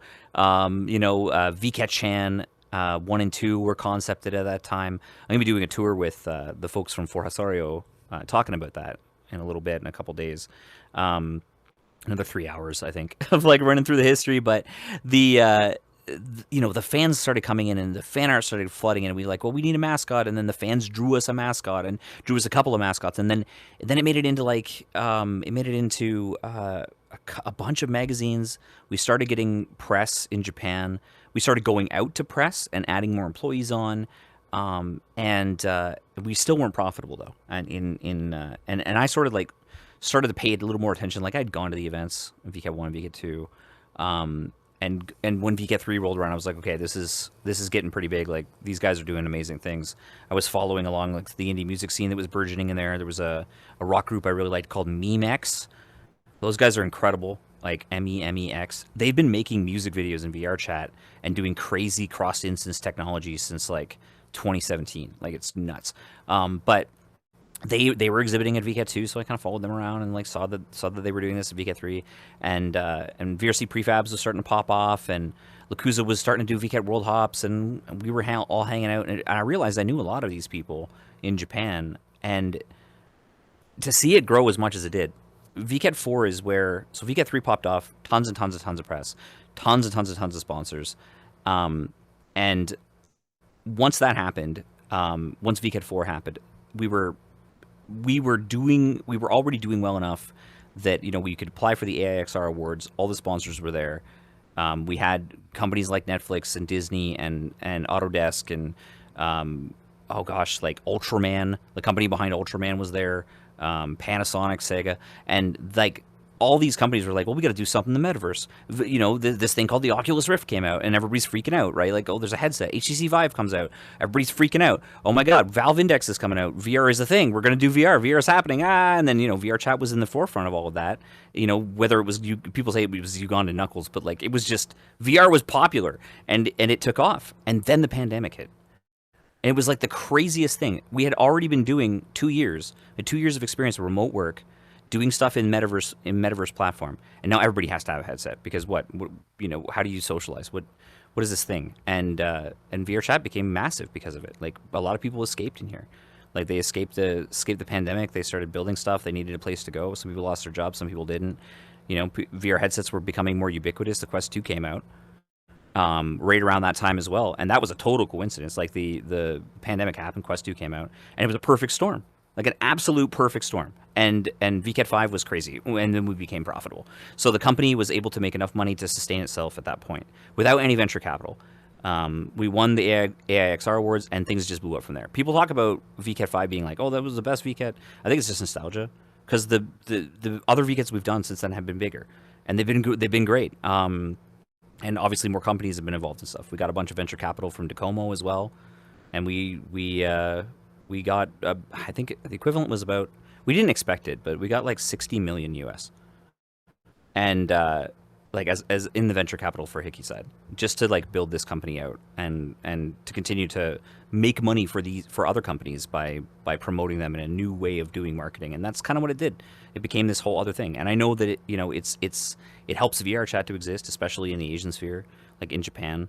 I mean, VRChat on its own is the best platform to do this stuff. So they would be here even if we weren't. And I feel like other people would be here if we weren't doing kind of the same thing at the same time. But like, I'm glad we were the ones that do it well. And I think that we have a passionate group of people that do it. So to see it grow like this is crazy. And I'm so lucky I've been here since that point, right? Like to be here since VKet, like officially since VKet 4, and to be working with these people like a friendly capacity during VKet 3, and it's crazy. Like it's I can't put into words how much stuff happened between then and now. Like, but that's just like, that's my take on it. Like being in this, like a big fat nostalgia bomb. It is weird to see how big the company is now, and I don't think I'm overstepping by talking about the history like that too much, but because some aspects are private, some aspects are not. Like some parts of our business model are like, they're different things. We work with companies, we build things for people, we do metaverse stuff in general, we do a new kind of marketing for people. So people don't really understand, like that's how we're here. But we are a marketing agency. People pay us to make stuff. It's not the other way around, right? So we do okay, but like just like VRChat, we have to take that initial venture capital and make sure that we're able to keep giving people ways to make money, like especially people like the people in VRChat. That's really what we're here for, and we have to continue to make sure that we do that, right? It's so strange. A lot of people they get tired of me saying that. They're getting tired of me being like, how can we continue to further virtual reality applications, or finding ways to make money, or even making a profession out of it, or even integrating it a little bit further. But it just I get so surprised every time I come in here, and I always say the fact of like every day that I come in here, I'm already a month behind. And we're always into the future, and we're always kind of leading into the next big thing. But that's the thing, is that there's so much going on that we have to continuously like try to roll it up and try to get it all into one box, and try to not really confine it, but kind of separate it and make sure that we know exactly what we're trying to focus our attentions on.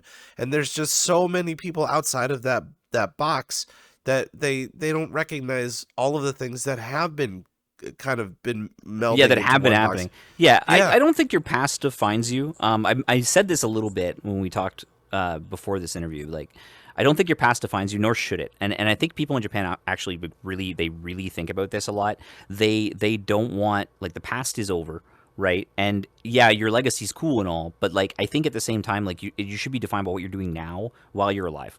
You know what I mean? Like, you can talk about the history of somebody, like, when you're done, when you're retired, but like, I think that as cool as all that stuff was, it's how do we continue doing that? Like you said, like, how do we continue to build this thing and make it bigger and bigger and bigger?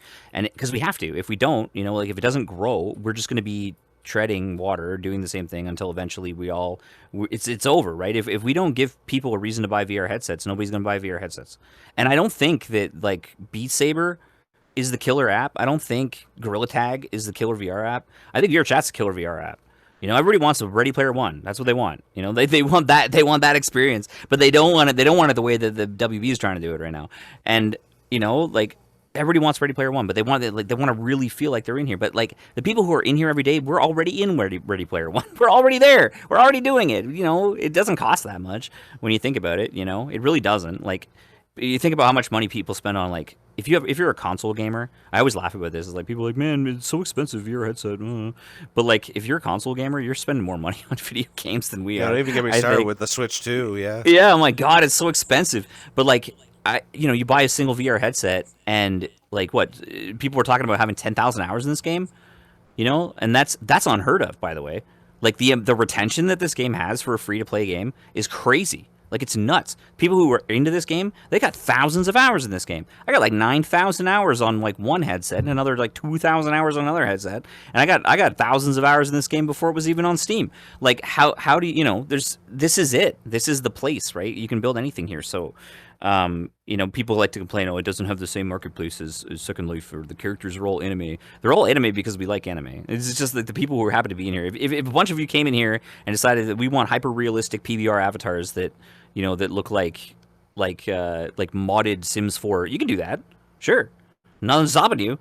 Build that thing. And that's what places like Shelter and Shelter and Sanctum and those groups, like, they've got that aesthetic in the world already. Like, those things exist in here.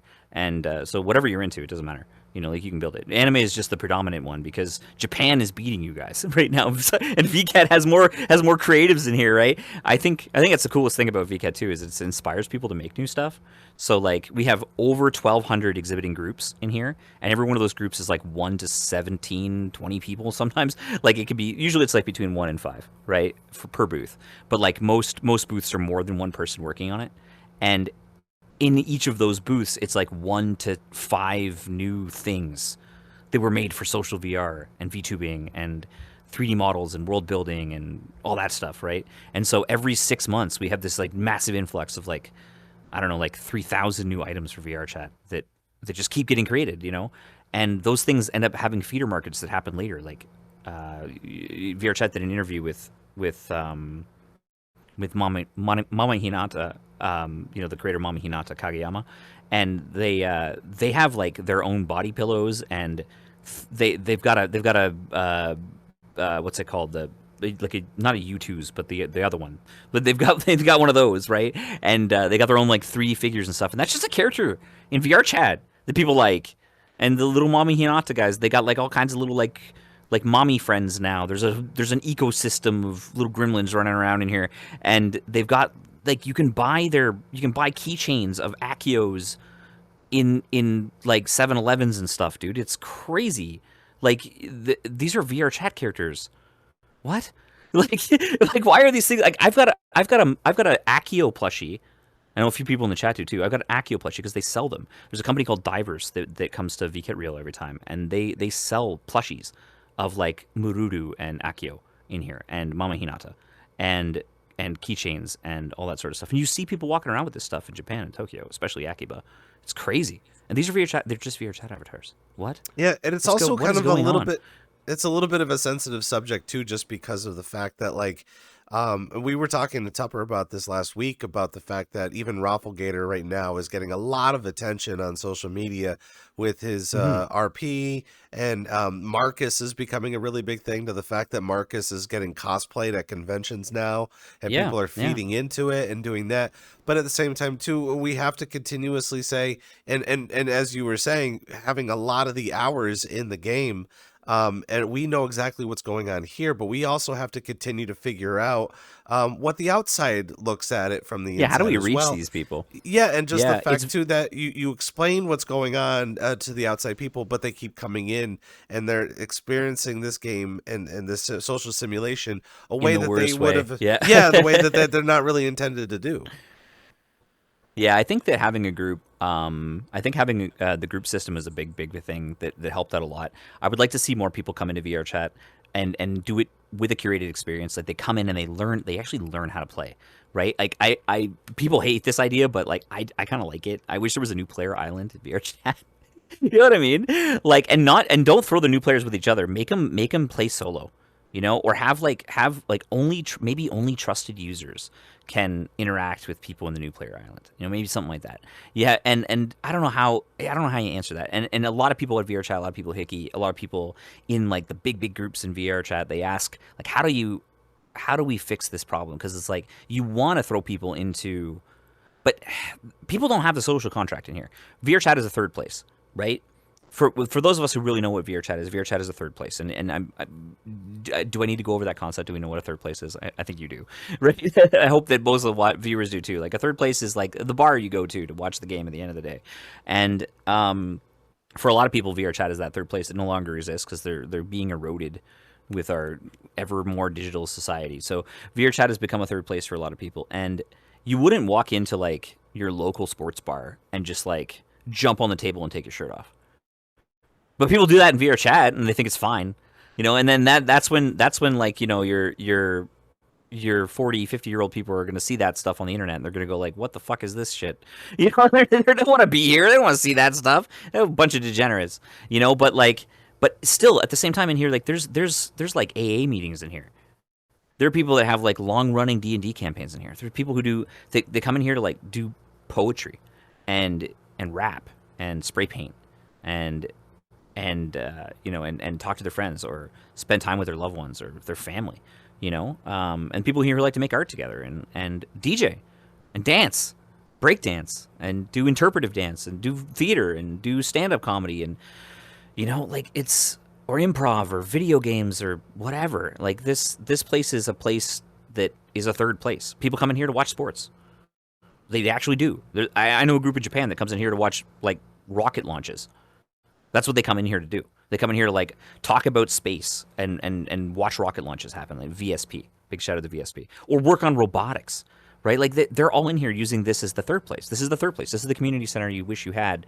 And with the population of the Earth being as big as it is, but us all being separated by distance, I feel like I'm sitting across the table from you.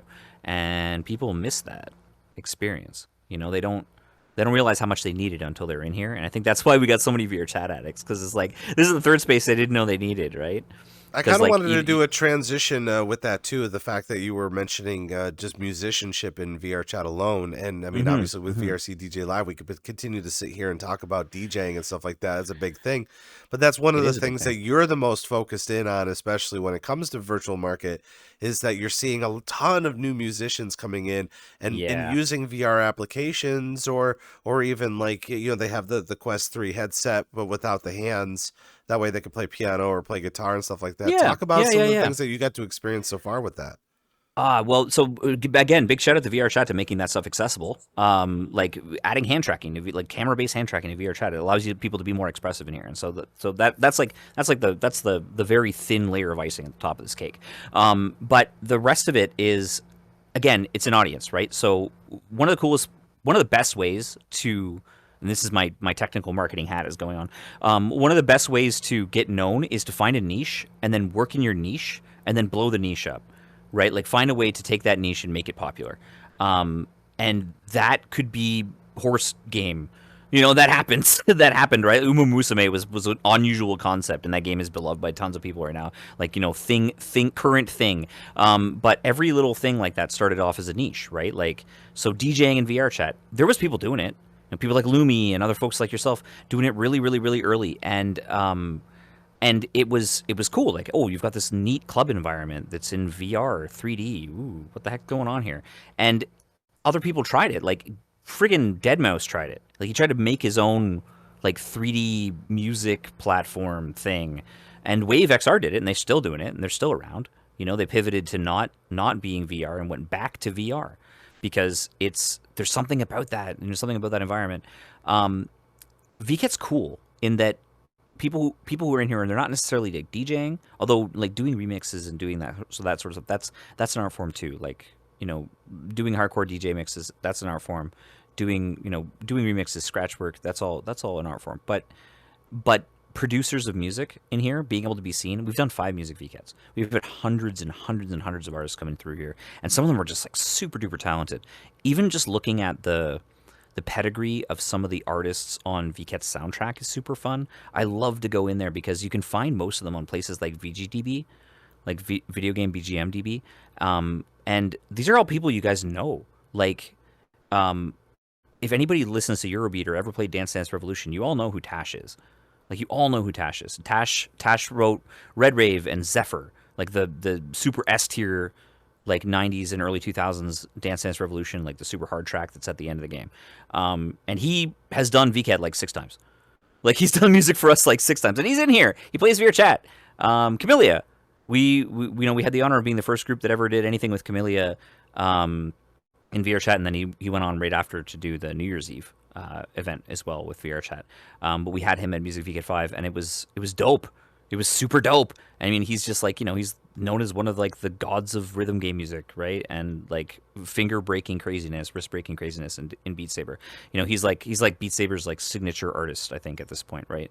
But he came in here and he played VRChat, and he brought in, like, we rented a studio in Tokyo and had them all in the basement of the studio and all the other amazing artists. Like, a lot of people didn't know like the names of some of the people that were there, but Camellia was one of the big ones. And he came in and he had a VRCat plushie, you know, limited run VRCat plushie that they put out. He had one and he put it on the freaking DJ decks right next to him. So yeah, he's in here. He's a trusted user.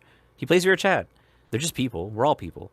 And but it's a new audience. It's a way that you can find people because everyone in here is like super, like, you've got a TV strapped to your face. Like, you know, they're paying full attention. They're paying full attention to what you're doing. So it's like, it's really cool. And it's a way to find a new audience in your niche and blow it up. And you can also try stuff that maybe you didn't try before. Like, if you do like VJ visuals and stuff, you know, you're using like Touch Designer and other software like that. But like, you can do VJ visuals, but with real people in motion capture suits, you know, in VR, and doing it in real time on stage at the same time. And that you could just as easily take that feed and bring it to a convention. Like, you might want to be safe and record it, but like, it could also be live, and you can try that kind of stuff in here. You can test new music, and people are really picky in here too. Like Rue was memed on a whole bunch lately for saying like, "Oh man, the DJs in here are so much better." That's because you have to be. You can only fit 80 people in a room right now, but you have to be like good for people to want to come to your event, right? So it's pretty sweet, and we're still like a picky group of music snobs. I think somewhat a little bit in here as well, right? Like, because the people who are like good at high technology have a tendency to be like really into stuff to the point where like they get into it on a high level, right? Like, whether that's like if you're really into dubstep on a high level, like you're really into electro on a high level, like this is something that, you know, you might find it in here. And we used to do this stuff in you know, in online communities too. Like, you could curate stuff in the early days of the internet that was like really unique, and it was different from going to a club and just hearing music. You'd have to like, how do you find these DJs that are like super duper talented? As the internet has grown, it's been easier and easier to find incredibly talented people because we got more people to compare them to, because the world became smaller, right? Like, we shrunk that like a whole lot, right? And it was really hard to do. Like, you couldn't listen to BBC Radio 1, you know, unless you had satellite TV and were really into that stuff. And you could not listen to that stuff in the 90s or the 2000s until everybody got the internet, right? And in here, it's even more. It's like it's got this like exclusivity. It's like you're in this cool environment that 7 to 10 people worked on, to showcase an artist, right? And same thing at Music VKet, same thing at every other club event in here. And I just think it's great. Like I think there's something to be said about that. You have a niche. You're building a niche, and you're building those people out, and then you take that niche and you kind of go out from it. I also think it's really cool when people come in here who have an audience already and try to come in here and showcase to this small group of super passionate people to make something that might be out there to like do on the world stage. A really, really good example of that is Jean-Michel Jarre coming in here and doing the Pandemic. Like, he's the godfather of electronic music, and he came in here in VRChat like 3 times to do events, like these crazy curated experiences built by a real VR lab room, and he tried all kinds of crazy new stuff in here, and like did projected like 3-dimensional projected version of himself inside a cross instance platform, and then the shaders were changing the world around him as he played his set, and it was great. Like, that stuff was really cool, and not a lot of people saw it, I think, because it was still kind of early. It was like 2017, 2019, those years, and I don't think a lot of people saw it, but at the same time, like, it was big, especially if you were from France. Like, there was like easily 10,000 new users in here that day. It was crazy. People didn't realize it was being played on the TV, like in France, right? It was being played on TV, and they're just like, "Oh, what's this cool thing?" And it's Jean-Michel Jarre doing this amazing immersive experience in here. And you can try stuff here that you can't try in the real world. It would cost too much money to do. Or you look at things like Ultra, right? And you look at like Electric Daisy Carnival and other crazy events where they have to spend millions of dollars to get the stage up and running, and we can just do that here. Right? You can't have the same number of people in an instance yet, but you can still have the same visual experience, I think, or better. Also, of course, we've been doing it for quite a long time, so I would assume that we are getting a lot better with it. But I also think that like it's not even just through a musicianship kind of a thing or a DJ kind of a thing, but holding on to the niche of underground. Having some sort of an underground something, especially with the DJ scene as well, is that I think a lot of the younger kids, I'm not saying, because we could be old, but the younger kids also want to be a part of, could be old. They want to be able to feel what it's like to say like, oh, my dad used to go to this hole in the wall bar to listen to so-and-so and someone that's up and coming. But you can do that here in virtual reality too, depending on who you're going to be coming here to see and listen to as well. So there is a demographic that feeds into that whole idea of an underground kind of a scene.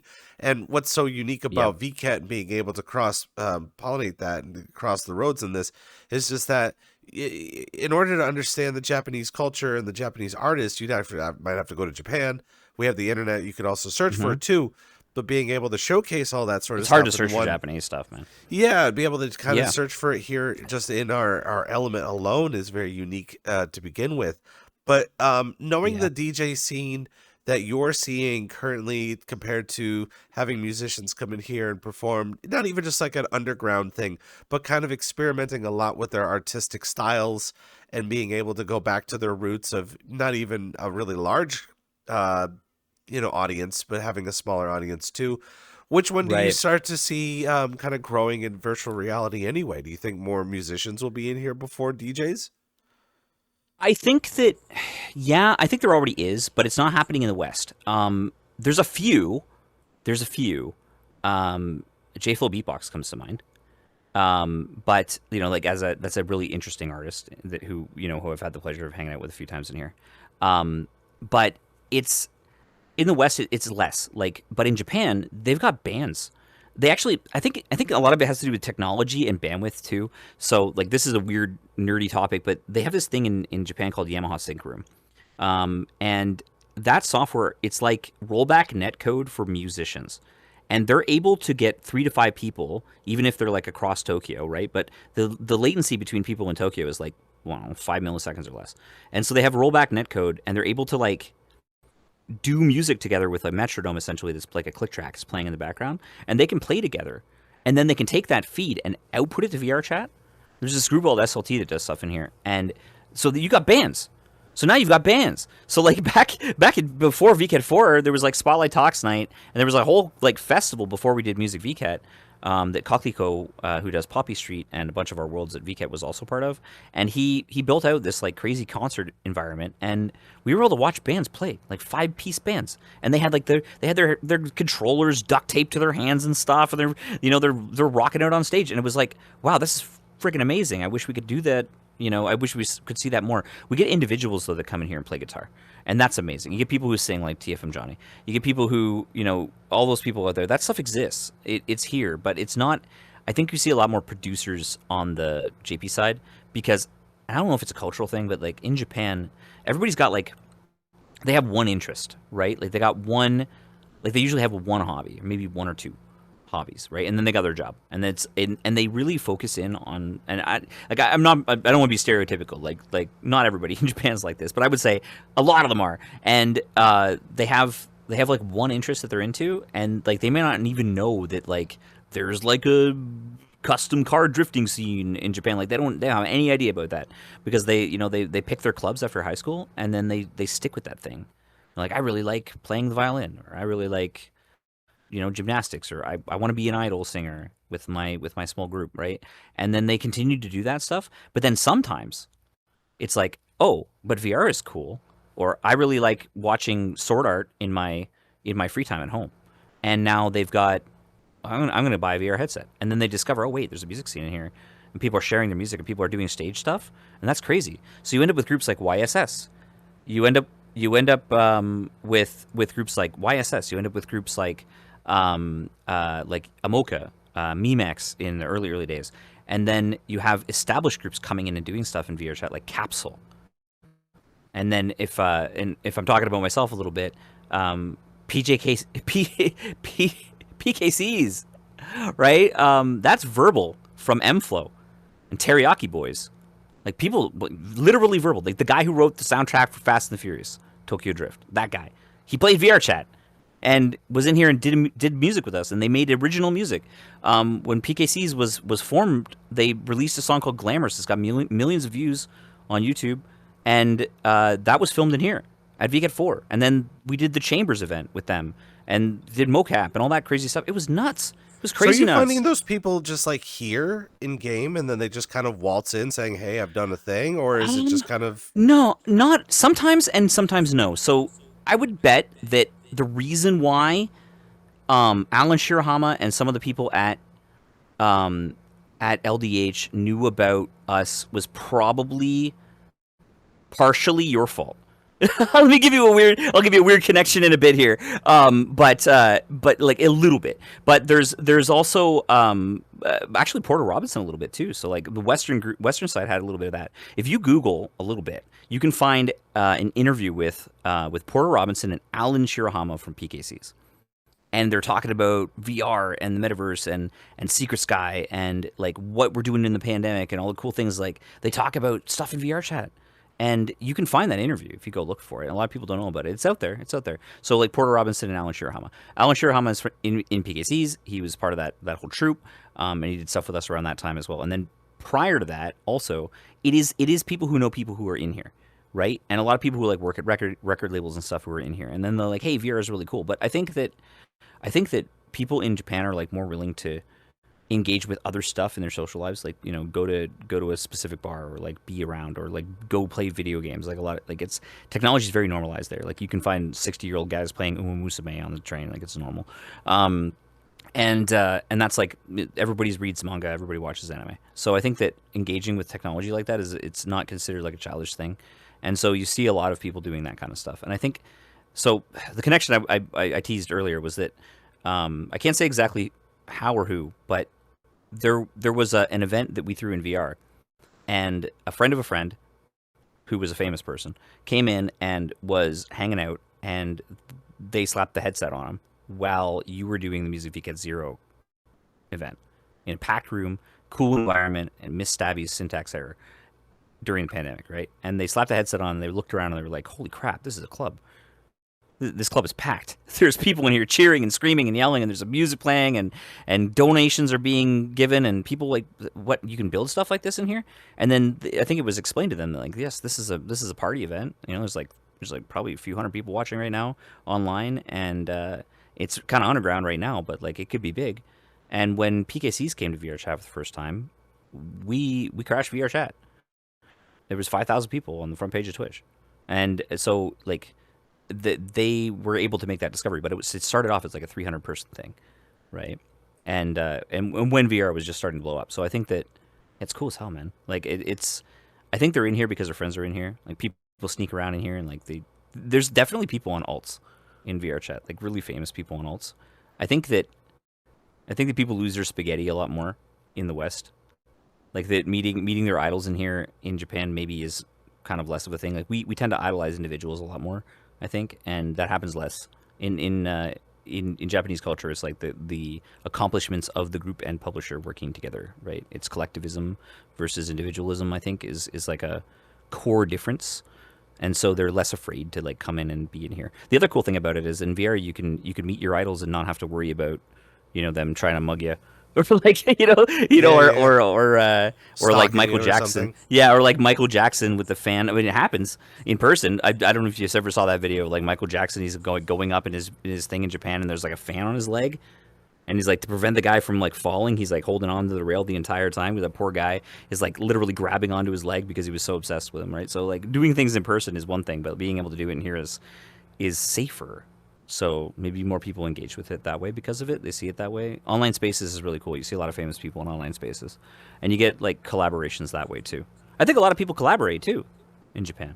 Yeah, it's right? cool too, just because of the fact how you were saying, even from the syntax error and how anybody can come in here. You definitely want to remember the people that you're proactive with. You got to remember the people that you're doing things with. And I don't want to put this as the same type of level of college, but like going to college, you go 4 years of college, and we're working with your peers that will ultimately, they will become professional alongside with you. And then at some point in time, you're going to kind of commingle and try to work together on certain projects and certain things. And you really don't know who you're going to be working with during your tenure, or your 4 years here, or 5 years here. That could potentially aid in more success down the road, even through a business proposal, any sort of business that's going on in here. And that's also the same thing goes with your type of branding as well. I actually had a discussion with a couple of sponsors for my upcoming party coming up, and I was explaining to them how like we're still trying to figure it out. We're still trying to figure out the brand. We're still trying to figure out how you can brand yourself, if you can market yourself. There are some people, some producers in here, some DJs in here that have gone the extra couple of steps to find managers, to find record labels, to be able to produce a product and a record. But all of that makes sense, and all of that can make sense depending on how much effort that you genuinely want to put in here. Of course, you could come in here and just relax, have your third time here, your third place. But there's just it's so much going on here. Conversations lead to ideas, right? Like, you know what? And the biggest thing with things like VKet is like, make it exist. Like, make the thing exist, right? Like if you like an idea, like try to do it. I'm so blessed to be surrounded by such like additionally like so many creative people, and it's like it's so cool. It's like you pitch an idea and sometimes somebody will run with it. That's happening right now. Like I've got a chat, like a sneaky chat going on with a few other people who are like working on a tech in here, and it's like it was an idea that I pitched, and like 5 days later, like a very industrious member of that group is like building something incredibly cool, and it's like, oh wow, this is I just said a thing. And now the thing exists. Make it exist, right? It doesn't have to be perfect. And like some people get really stuck in this mindset. It's like, oh, well, I don't want to do it if I'm going to embarrass myself, or it's not going to be very good. It's like, don't worry about that, man. Like, just make a thing. You will 100% regret not making a thing. Like you could spend a little bit of time scrolling on TikTok, and sometimes it's fun. But like maybe something on TikTok will like, oh, this recipe looks awesome. Go try it. Like go do a thing. And it's the same thing like this show too. Like you were the one that pitched this show to me back in December, I believe. I can't take any credit for that. Yeah, Rob, why don't you have a podcast? And I'm just like, podcast too hard, but I think I could do something with the DJs though. That's so cool, man. I'm really glad that even that short exchange we had. I think that was at Naku's Secret Sky Party like a couple years back. Yeah. And I really. Like, my daughter was there. She was vibing. She was like dancing in front of the stage and everything. She was loving that. And we were having our little side conversation. So she was down here like listening to us talk. And I think the idea came to mind because like I'd seen a couple other people do podcasts, but like she was watching one. She watches a couple podcasts. It's like, yeah, people like that stuff. People like this stuff. We got 20, 30 people in here. Imagine 20, 30 people in one room listening to two people yap. That's a lot of people. That's a lot of people. 80 people is a lot of people, right? And like, people get used to these crazy numbers on the internet, but like 80 people is a lot of people. Like even 20 people is a lot of people. So thank you for all listening. But like that in itself, like those ideas, you just pitch an idea or like work with somebody who like maybe you can't do everything, but maybe you're good at one thing. So work with people who are good at the thing that you want to do, and like just make it. Don't think about the money. Just like do thing.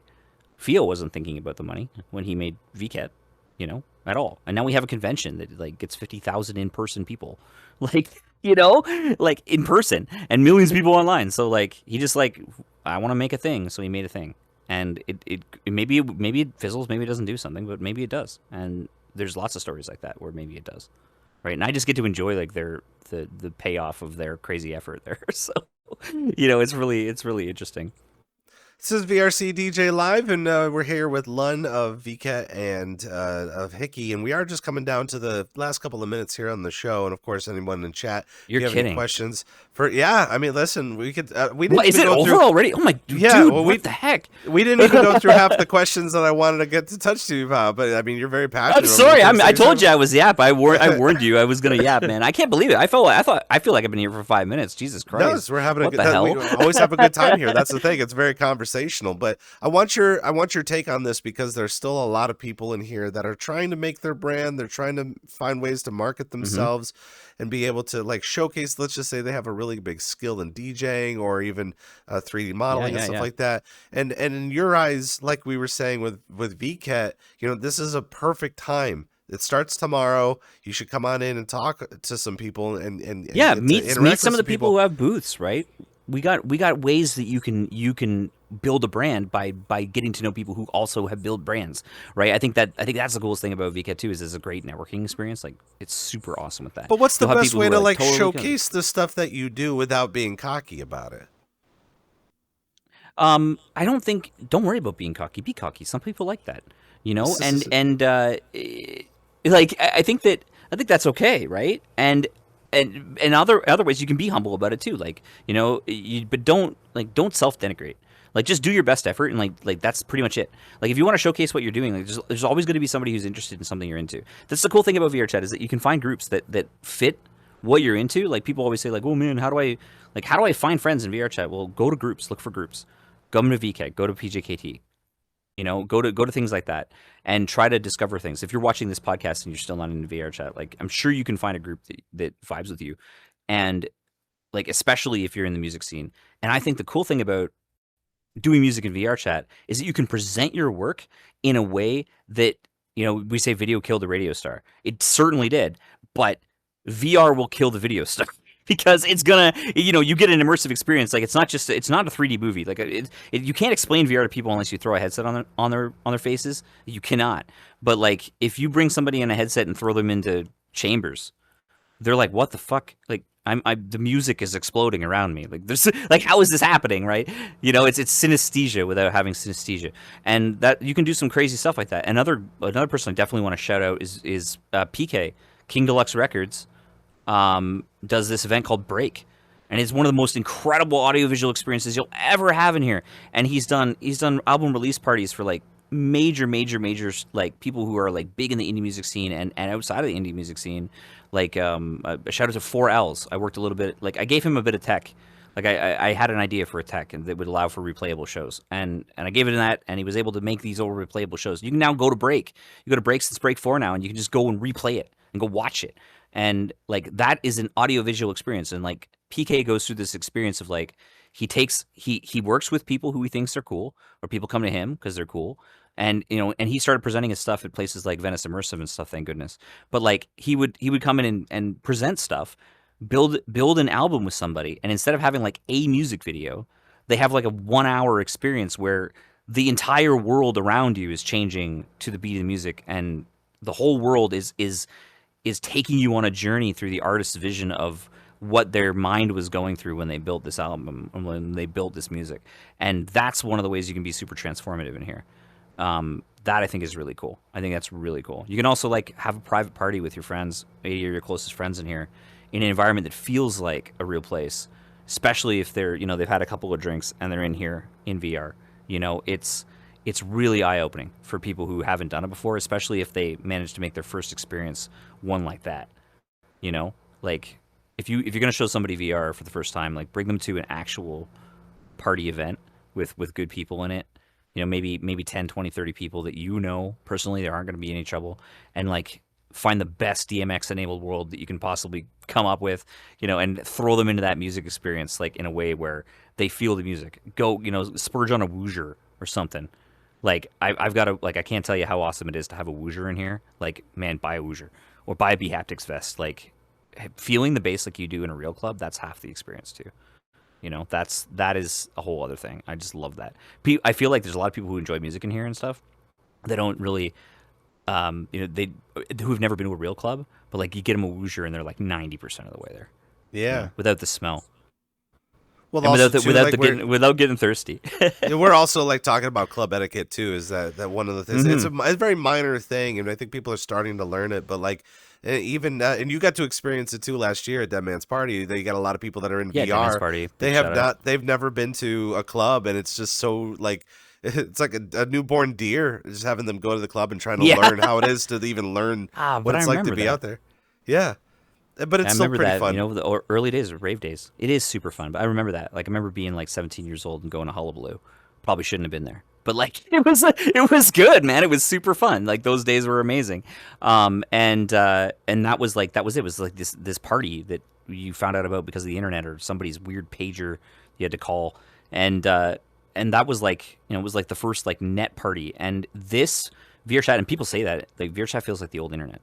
It's like bulletin board systems. Like, it's a secret place where people do cool stuff, and you have to know the number.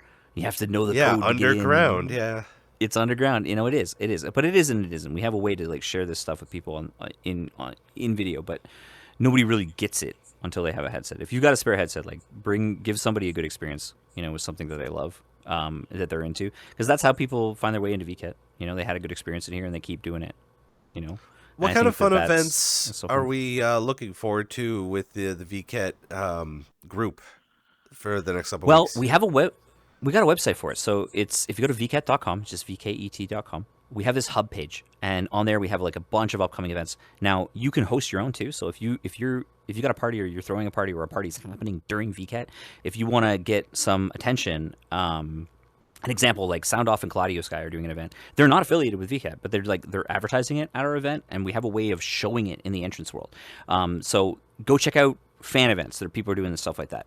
But beyond that, we're gonna have a lot of like game nights with groups that are doing things like people like Jet Ski Rush. I've got a booth in some pretty surprising places. I don't want to spoil everything.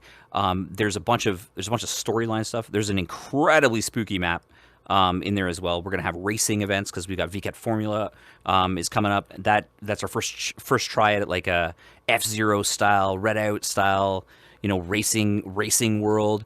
That's kind of futuristic and super fun. Lots of big VTubers are coming in.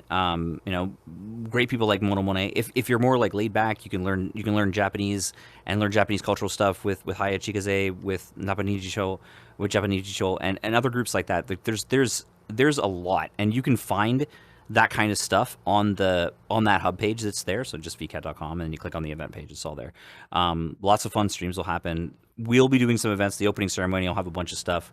Our sponsors have all kinds of crazy stuff. There's often giveaways and things like that as well.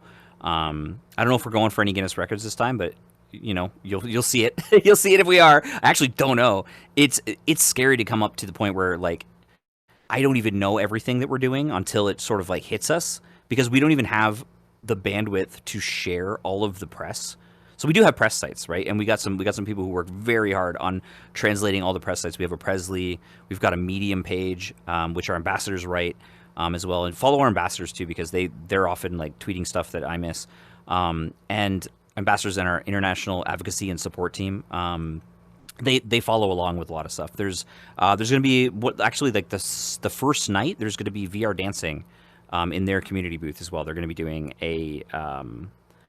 like a session in there as well. So if you want to see what VR like full body tracking, like skilled VR dancers can do in here, break dancers can do in here, like go check those guys out. But like, yeah, tons and tons and tons of stuff on top of the events themselves. There's going to be limited time avatars. People don't realize that too. Like sometimes people sell stuff through VKet and they only sell it during VKet. So you can get like limited time avatars and outfits sometimes too from individual creators. But most of the events will sort of like, you'll start to see them popping up like crazy in the next 24 hours. And we'll announce a bunch of the opening ceremony as well. Like that, we'll have a bunch of that sort of stuff happening as well. There'll be meet and greets with voice actors that are in here. We have a bunch of them this time. People who've been in a bunch of anime, a lot of you watched. There'll be a lot of things like that. So if you're into Japanese culture, you'd like to be more into Japanese culture, there's usually like releases and other things that are teased at VKet that aren't seen anywhere else. A great example of that is like I believe that Street Fighter 6 was revealed at VKet before it was publicly announced in North America, which is crazy. And then another one is Arc System Works Guilty Gear Strive had like a comic you could only see in here. Wow. And there's things like that show up all the time. Yeah. I mean, this entire thing is just so exciting, and just the fact that like it's starting tomorrow again. You know, that we just had every it in 6 winter. months. But yeah, people think, people say, I went to VKet this year. And it's like, which one? And then, what do you mean? There's 2, you know. And if we do music VKet, we do comic VKet, then there's up to 4 or more, right? So yeah, it's crazy. And then VKet Real as well. Yeah, we didn't even have enough time to talk about VKet Real. So we're here for the 2 hours. But before we get on out of here, I usually have just a couple of rapid fire questions that I love to ask our guests as we get on out of here. But as far as like everything that we've kind of discussed here on the show, all the different roles that you get to play within the community as well as in virtual market, what's a good piece of advice for anybody that's looking to come to virtual market for their very first time, especially when it comes to like the mass amount of different worlds that you get to explore? Go to the entrance world first. And like check out the little, like we have these little like information sections. It's usually like a glowing glass looking ball with like an exclamation point. Go check that out and learn a little bit about the controls. We've I guess I can say it because it's tomorrow. We've enhanced the what we call EX menu this time, so it's a lot easier. You just bring up your regular menu in VRChat, and it'll be pinned to the top of the regular menu in VRChat. It'll follow you around, so that makes it a lot easier to find stuff. We have this catalog system that's built in, and the other thing that we have at VKet that nobody else has, which makes it kind of unique, is that we have the ability to launch web pages in VRChat that go to your desktop or on your Quest, and they will literally bring up a tab, so you can click through all the things you like and bring up a tab of all of the different things you like, and just kind of keep those tabs there so that when you get out of VR, you got the tabs open of all the things that interested you. So that's in there. So like go to the entrance world first, find a world that kind of fits like a topic you're into, whether that's science fiction or you like furry stuff. If you're into if you're into like cars or whatever, pick a world that sort of vibes with you first, and then go there. And go visit some of the exhibitor worlds before you go through the parareal worlds. Definitely check those 2 out because they're there for a limited time. But save the parareal worlds. Like, don't spend all your time in the corporate worlds. Spend your time in the exhibitor worlds. That's what it's here for. Nice. What are a couple of new artists that you're starting to listen to now that we should probably start listening to? What artist am I listening to? Man, I'm gonna be cliche and say like Baby No Money is like killing it right now. He's making cool shit. I like hip hop. I think that God, who else is making cool stuff? Gosh, that's a hard question, man. I listen to a lot of music, like a lot of music. I think you should go check out Yugen 6 and Kagetora. These are. Oh, you know what? Actually, I'm gonna show my Spotify. I got a Spotify playlist, and it's called Artists in the Metaverse. Go find it. Perfect. Yeah, well, I'll have to drop it off. Yeah, go find my. Go find my Spotify playlist. I have people do it all the time. I haven't in a couple of weeks. Now I'm committed. Now I'm gonna have to add more.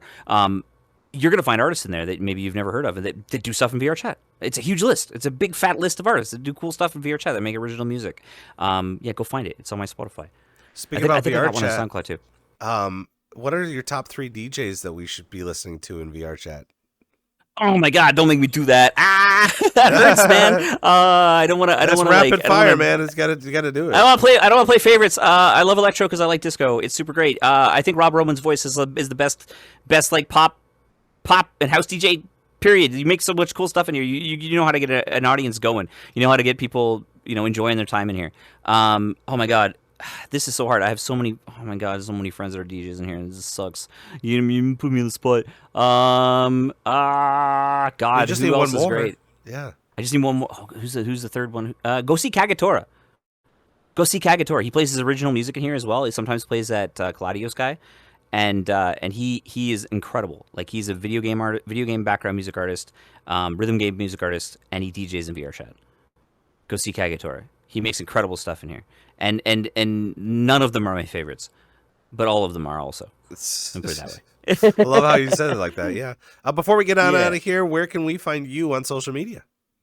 It's real easy. It's x.com/DYLHUN Dylan, right? Because my name is Dylan. I'm Lhun. Dylan. That's me. And you can also find I think the other place where I'm posting a lot, although it may not look like it's me, but it's often me, is obviously VKet on X as well. But we're also on Blue Sky. It's I'm just Lhun, Dylan at bsky.social, I think, and en.vket.com on Blue Sky too. I have a YouTube channel that has a bit of tutorials. They're a bit out of date, but they're pretty good. Rapid fire tutorials for VRChat avatars, and vket.com. That's all super easy there. Yeah, it's all super helpful, especially leaning into 2 weeks full of amazing things to check out in VRChat for sure. Yeah, you'll find me in VRChat, man. VKet GT 3224 is my group, and we do world hops in here like crazy.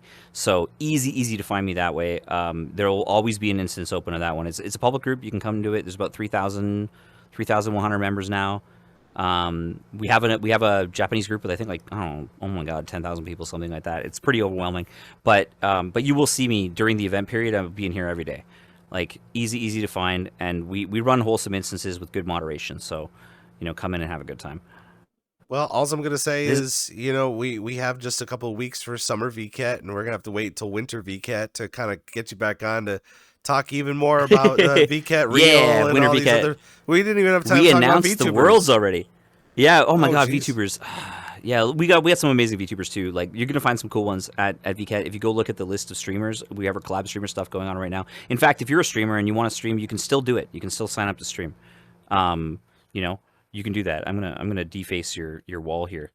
You can get that. I'm gonna deface your wall. This QR code. Oh no, not that QR code. It doesn't work. Rob, what are you doing? I can't do it. Put it on the table. There, that one. If you want to stream VKet, you can stream VKet with us.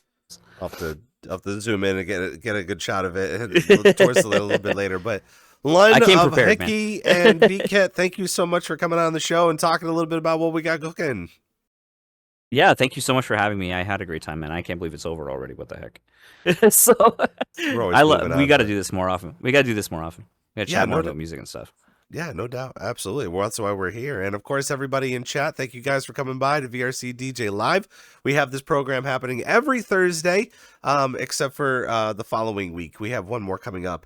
But the following week, I was supposed to be doing stuff and I took time off. So I'm just taking time for myself. Sorry, not sorry. Work-life balance is important, guys. Yeah, of course. And then make sure you're hydrating and sleeping. That's also super important. And not being sick. That's also a very good thing.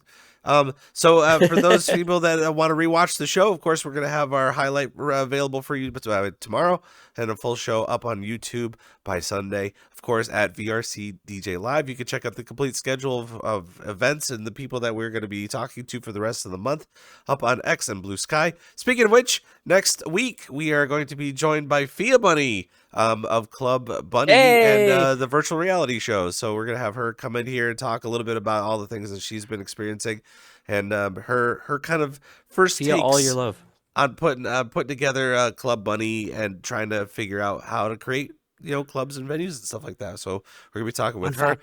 She's been to our office in Tokyo too.